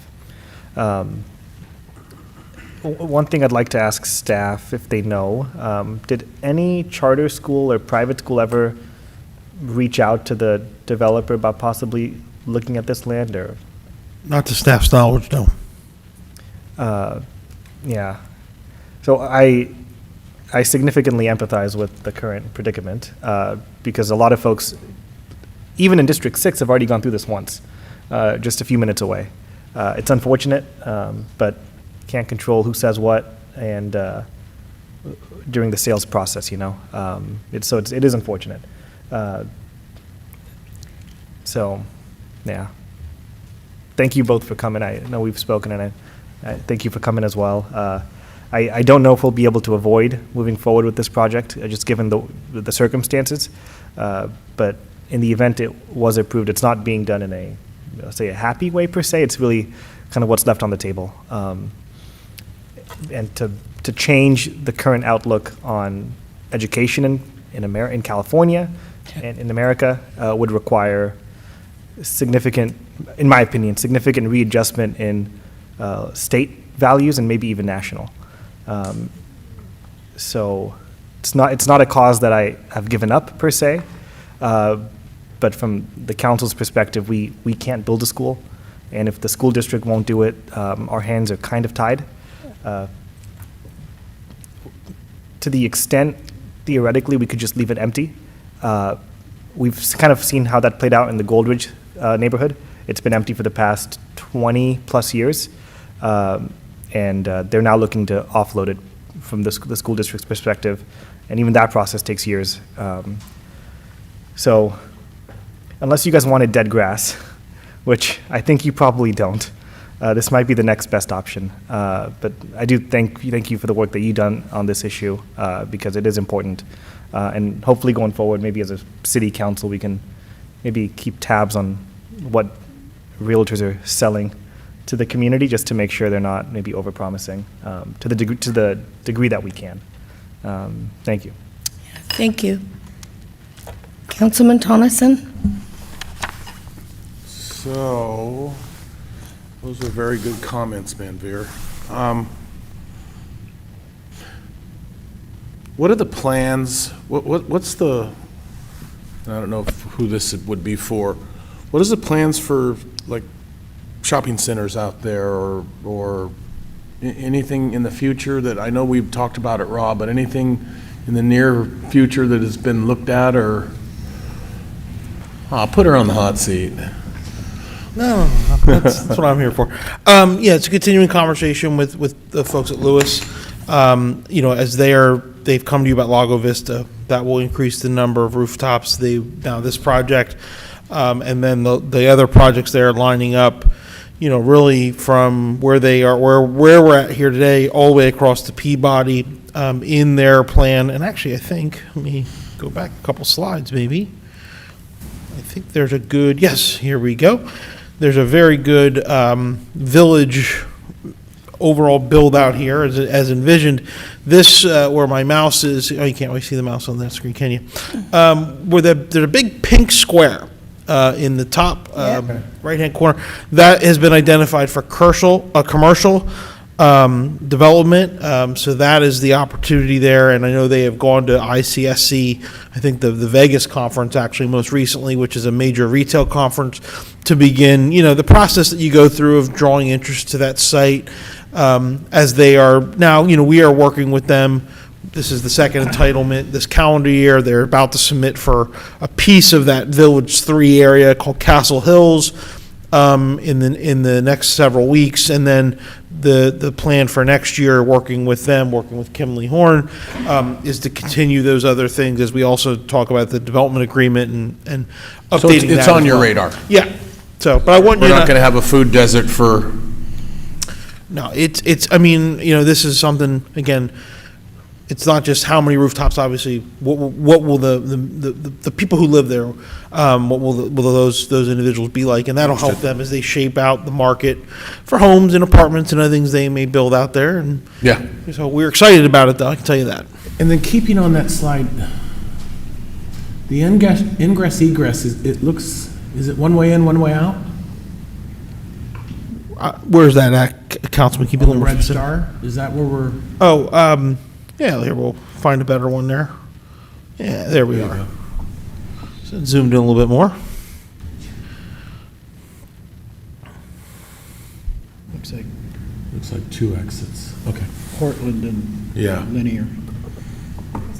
And then Off of Passion Lane, there are two entrances, the top and then at the bottom. And Passion, okay. right on the left. Yeah, yeah, okay. And then what is the park size? 5.2 acres. Okay. However, that little blue sliver that you can see kind of in between the red and the green, that is a 2-acre sliver currently owned by the school district.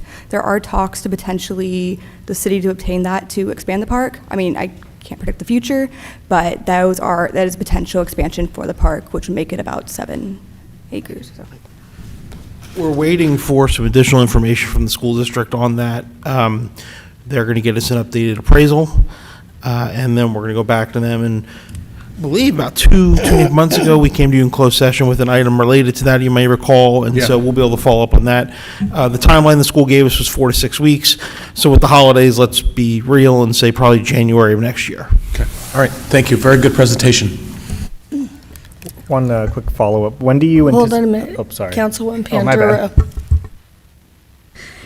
Thank you, Mayor. I was just, so I wanted to share, so myself and Councilwoman Kay Patrice Williams sit on, we have a quarterly meeting with the FSUSD. And so we had our meeting actually yesterday. And so the city manager gave a presentation on this project to update them, right? Because it would impact. And so they are aware, the superintendent is aware this is happening, the conversations have been had, and you're not alone in your concerns, right? One of the questions that we got immediately after was, where are all the kids going to go? Is this going to impact our schools? And so the answer was that they're actually having a declining enrollment in schools. So Laurel Creek was brought up, and that's what came from that conversation, because it was, obviously, it is going to, we're bringing in a bunch of new families, and obviously the concerns are there. And so I just wanted to share that information, and I wrote it down because I thought about the same thing. Where's everyone, where the kids going to go? And so just know that it's been thought about, and the conversations. I can explain. People are going to private schools because the school rating is 3, 2.5. The schools are being ignored. Sir. Sorry. Yeah, thank you. Okay. Okay, go ahead. Yeah, one quick follow-up. What's the anticipated, if we approve this today, what's the anticipated groundbreaking to begin park construction? They came away from Sacramento. I want Rob to be able to say something, so I'll let Rob answer that question. It's good to see you again. Wake up, Rob. Thank you very much, Mayor, Council. Appreciate you letting me be here. Rob White, Lewis Group of Companies. Just to quickly answer the simple question, we're looking at working with staff, and in fact, Kimberly Horn's now going to help with Public Works, and we think we can get improvement plans all the way through and start construction of that park middle of next year. Part of the rush to get that done is obviously we want to get that amenity in.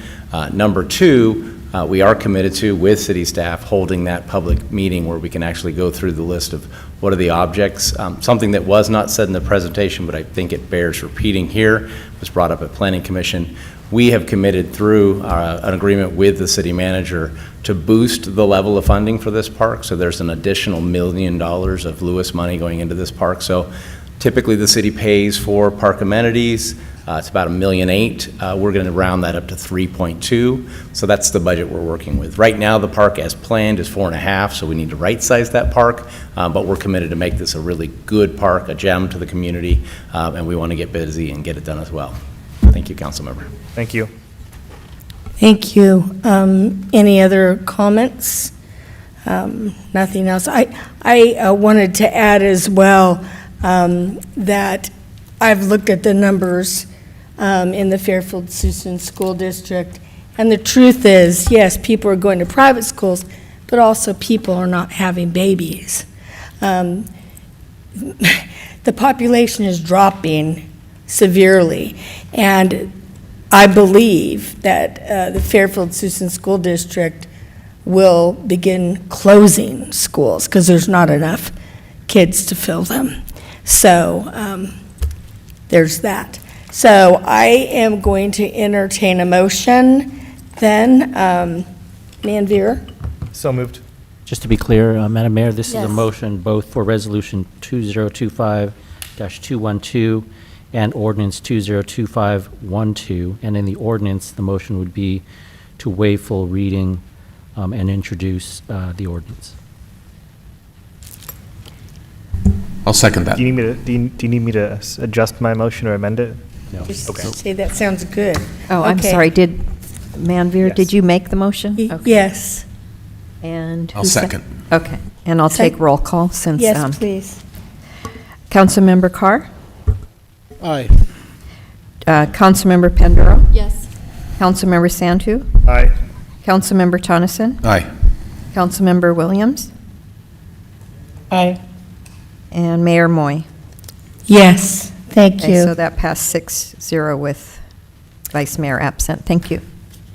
Very good. So we'll move on to the next item, please.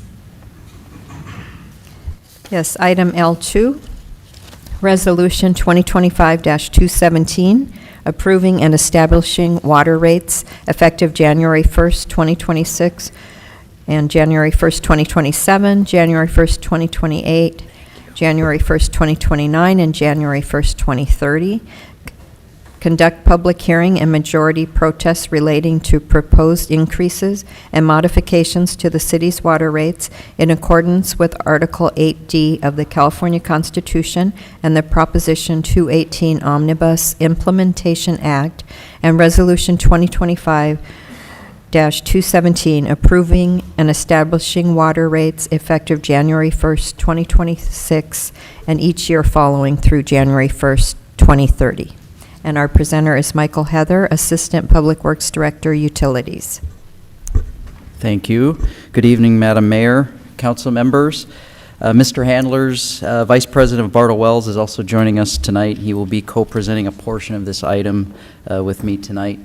This item before you seeks to hold a public hearing and, in absence of a majority protest, adopt a resolution approving the water rates, which would become effective on January 1st, 2026. An 8% annual increase would occur on January 1st of the subsequent years, with the last occurring on January 1st, 2030. We also plan to receive and file the water rate study that was prepared by the city's rate consultant, Bartle Wells, which served as the basis for the new water rate structure.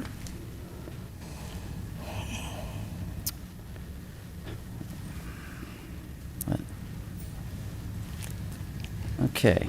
Tonight's presentation, as I see it, seeks to provide answers to the following questions. First, I'll give a quick overview of the Water Enterprise Fund. Second, I'll briefly describe what we use the Water Enterprise Funds for. Third, I'll summarize examples of some actions we've taken to reduce costs and ultimately save money for ratepayers. Next, I'll highlight where we need to invest in the water system. Next, Mr. Handlers will present some outcomes from the water rate study, and finally, I'll summarize our proposed next steps.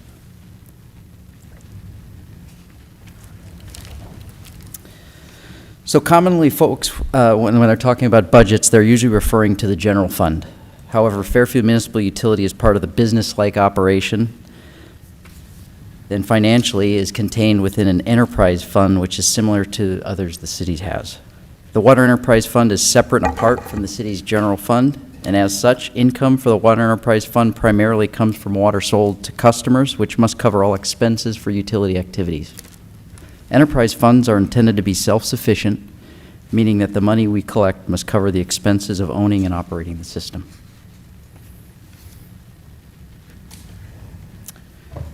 Fairfield Municipal Utility employs highly trained staff to keep our water system running around the clock. Certain staff are required by the state to possess either distribution or treatment licenses to work in select areas of the system, and since our water system must work on demand, several staff are on call 24 hours a day to answer alarms or respond to emergencies. Our Water Enterprise Fund is also used for capital projects that include rehabilitation and replacement of water system assets. Last May, we adopted the Public Utility Master Plan, or PUMP, which identified capital needs over the next several years. Maintenance activities, especially planned or preventative maintenance, are also funded by the Water Enterprise Fund. Preventative maintenance, which is planned work, comprises much of what we do because it is better to replace a component before it breaks down rather than running it to fail. The Enterprise Fund must also contain capital and operations reserves, and finally, along with emergency reserves, the Water Enterprise Fund must be able to meet debt service obligations from previous loans. So since we are a business-like operation, we have a mindset to continually seek ways to try and be more efficient to help reduce costs. For example, over the years, staff have continually optimized chemical use during the treatment process through application of precise and timed dosages. Using the right amount at the right time during the process ultimately helps to save money while meeting all regulatory requirements. We also participate in local agency chemical purchase pool to ensure that we get the most competitive prices. Cooperative purchasing agreements provides bargaining power, which aids in negotiating better pricing. To the extent we can, we also try to run the pump stations to fill the reservoirs during a time of day where the energy required to run the pumps costs the least. In the coming weeks, construction of solar arrays at the Waterman Treatment Plant will begin, which will help us further defray rising power costs. And finally, to the extent possible, we conduct planned work in the form of preventative maintenance, which helps to reduce the frequency and magnitude of emergency repairs. So last May, the Public Utility Master Plan was adopted, which consisted of the most comprehensive accumulation of data on our water system. PUMP includes an in-depth summary of a risk assessment approach, which is based on consequence of failure and likelihood of failure. However, at a high level, a few examples of the major categories of water system assets that we need to continue investing includes modernizing both treatment plants, as both are more than 30 years old. We need to continue replacing our aging transmission and distribution pipelines, as well as the critical valves along the major transmission mains, and we need to continue to invest and restore our aging pump stations. Our Public Utility Master Plan was not only developed as a tool for planning, but it also served as the foundation for rate setting.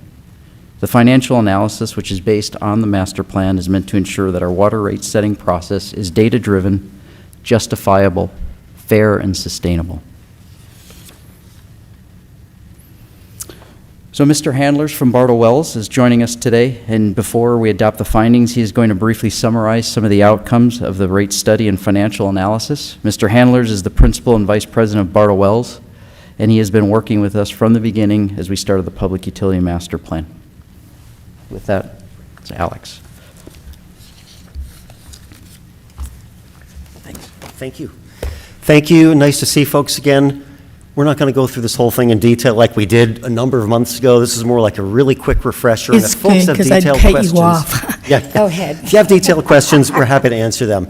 But the bottom line is, and I think we explained this in the past, and it was in the notices sent out to everybody, it's now been about 5 years since rates were last increased, despite substantial increase in operating costs and the identification of all these high-priority capital needs that the city, as well as every city in the Bay Area and around California, needs. There's just a lot of old infrastructure. So it's been a while. Your rates are currently among the lowest in the region, as shown on this rate survey chart here, just to highlight that again. City's done a good job historically. You were doing gradual rate increases. They were held off for the last 5 years. You need to start doing them again for the capital needs, the O&M cost increases, inflation, and keeping up with your debt service coverage covenants. I'm just going to skip ahead.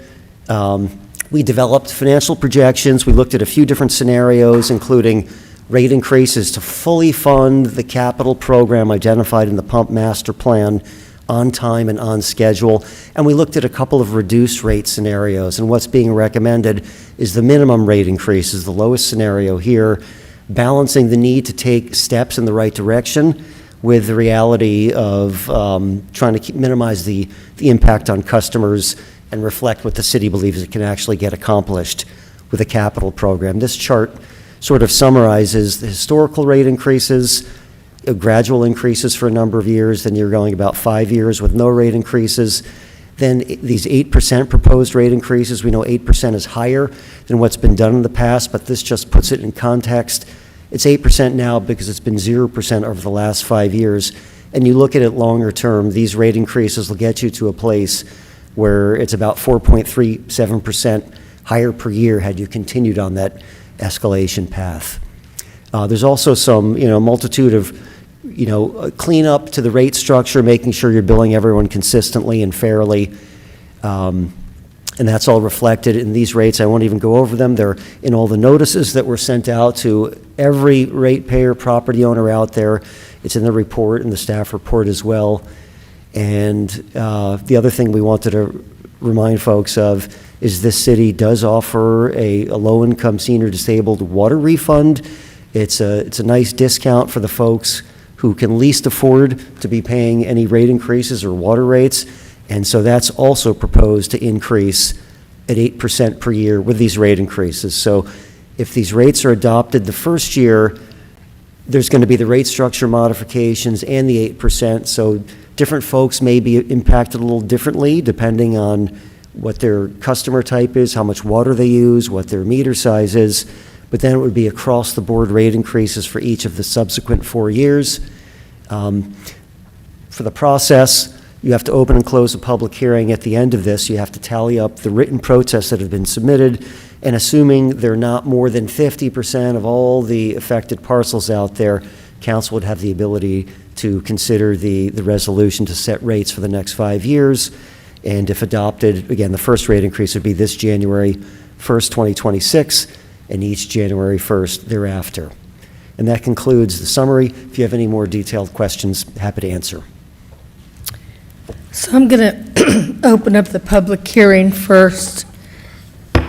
And I don't have any speaker cards, and I don't think we have anyone here from the public. No hands raised online. all right. So I will close the public hearing and bring it back to the council for questions. Councilman Tonneson. I'm ready for the count. It's good presentations. Also, we've been through it. I've looked through it, so I'm also ready. All right. Anybody else? Just one quick question. Mhm. How many protests were submitted, if any? Here's the sheet. She's going to open them up. So since since July 21st, so we received direction in June to start the Prop 218 process. July 21st, we received our first one, but we had a total of 13. This is the tally right here. Got it. Councilwoman? Just a quick question around the low-income senior disabled water fund. How is that? Is that do people have to self-appoint themselves, or how do folks sign up for that? They usually use the PG&E criteria to sign up for. So if they're eligible for CARE? Yes. Or LEAP, We use or any of we use those? similar criteria. Okay, Yeah. thank And it's you. on our website. Okay, thank you. So, Mr. City Attorney, the tally there, that's all we need then? The city clerk should actually announce All right. any majority protests that have been received from the city. I don't have anything. Okay, can you hand it to me? Yeah. It went through 5 p.m. today. Where did they get mailed to? Either mailed to the city clerks, or we've generally been receiving through email. Okay. And Madam City Clerk, you received no mailed protest regarding this No, issue? but maybe Esther did, but she didn't say anything to me. But she usually monitors the city clerk at fairfield.ca.gov email address. Can I have a moment? Yes.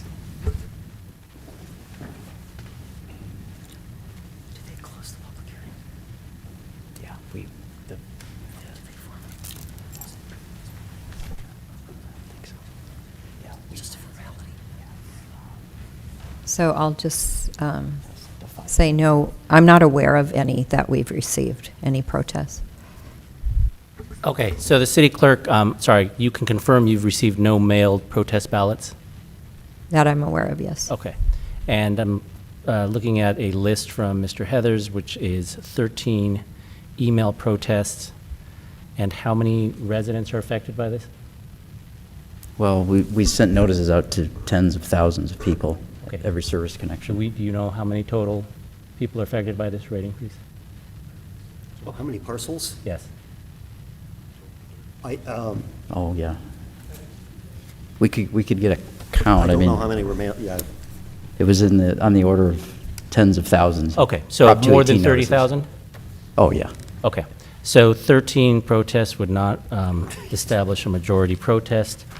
Therefore, under the information given by the city clerk and city staff, there is not a majority protest protesting this proposed resolution and rate increase. Therefore, the council is free to adopt this resolution if it so chooses. All right, I'm going to bring it back to the council. Does anybody want to make a motion to approve? This is for Resolution 2025-217, establishing water rates effective January 1st of 2026, 2027, 2028, 2029, and 2030. Yes, I'll make a motion. That was a motion by I'll second. Councilman Carr and a second by Councilman Tonneson. And I'll take roll call. If I may, Mayor Moore, just to clarify, Yes. that's the 8% increase? 8%? 8%, yes. Thank you. Councilmember Carr? Aye. Councilmember Panduro? Yes. Councilmember Sandhu? Yes. Councilmember Tonneson? Aye. Councilmember Williams? Yes. And Mayor Moy? Yes. Okay, yes.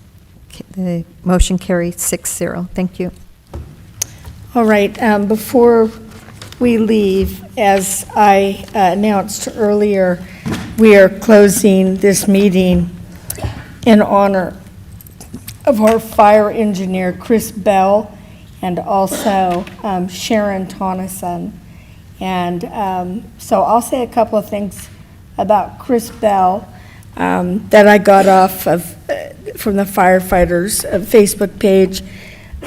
He started working here as a reserve firefighter in 2003, and from the beginning, he demonstrated a deep commitment to our community. In October of 2007, he was hired as a full-time firefighter, and he earned his promotion to fire engineer in April 2013. He was also, he was also part of rescue teams, and he retired at the end of last year due to his cancer, and he was no longer able to continue to do work, although he wanted to. And he continued to fight the cancer. Just it was very tough. He was very tough. Kept his sense of humor as much as you can when cancer is beating you up. And so we will be closing in honor of Chris Bell, and then also Sharon Tonneson. And Scott, would you like to share a few words? Sure, I appreciate that, and I appreciate the outpouring of support. My mom is Old Fairfield. Old Fairfield knows about the noon whistle.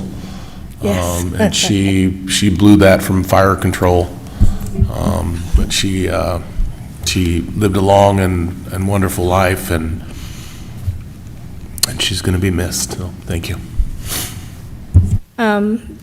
Yeah, thank you. Could I add something to that, Scott? Would it be okay? And old school knows her as a diva. That's correct. That's what we called her. And she did have two other siblings. Didn't have two more. She had two more for Scott, if he wants to accept them. That's Mark and Nina. And she also had grandchildren, of course. She was forever loving animals, all the way till when she passed. She still had a dog, and those animals she loved just incredibly, almost as much as she loved her grandkids. And then you guys came in somewhere after that. And she did do, as Scott was saying, of course, did fire control, and she's quite the character and fun to be around. I didn't spend a lot of time with her, but my family did, and I know her through those things too. So anyway. I can't share the Charlotte stories. Don't make me get that Charlotte look. That's my mom's name, and yes, Charlotte, yes. They had a lot of fun together, and we'll leave it at that. May she rest in peace, and God bless all of you. And that'll be it. We're done.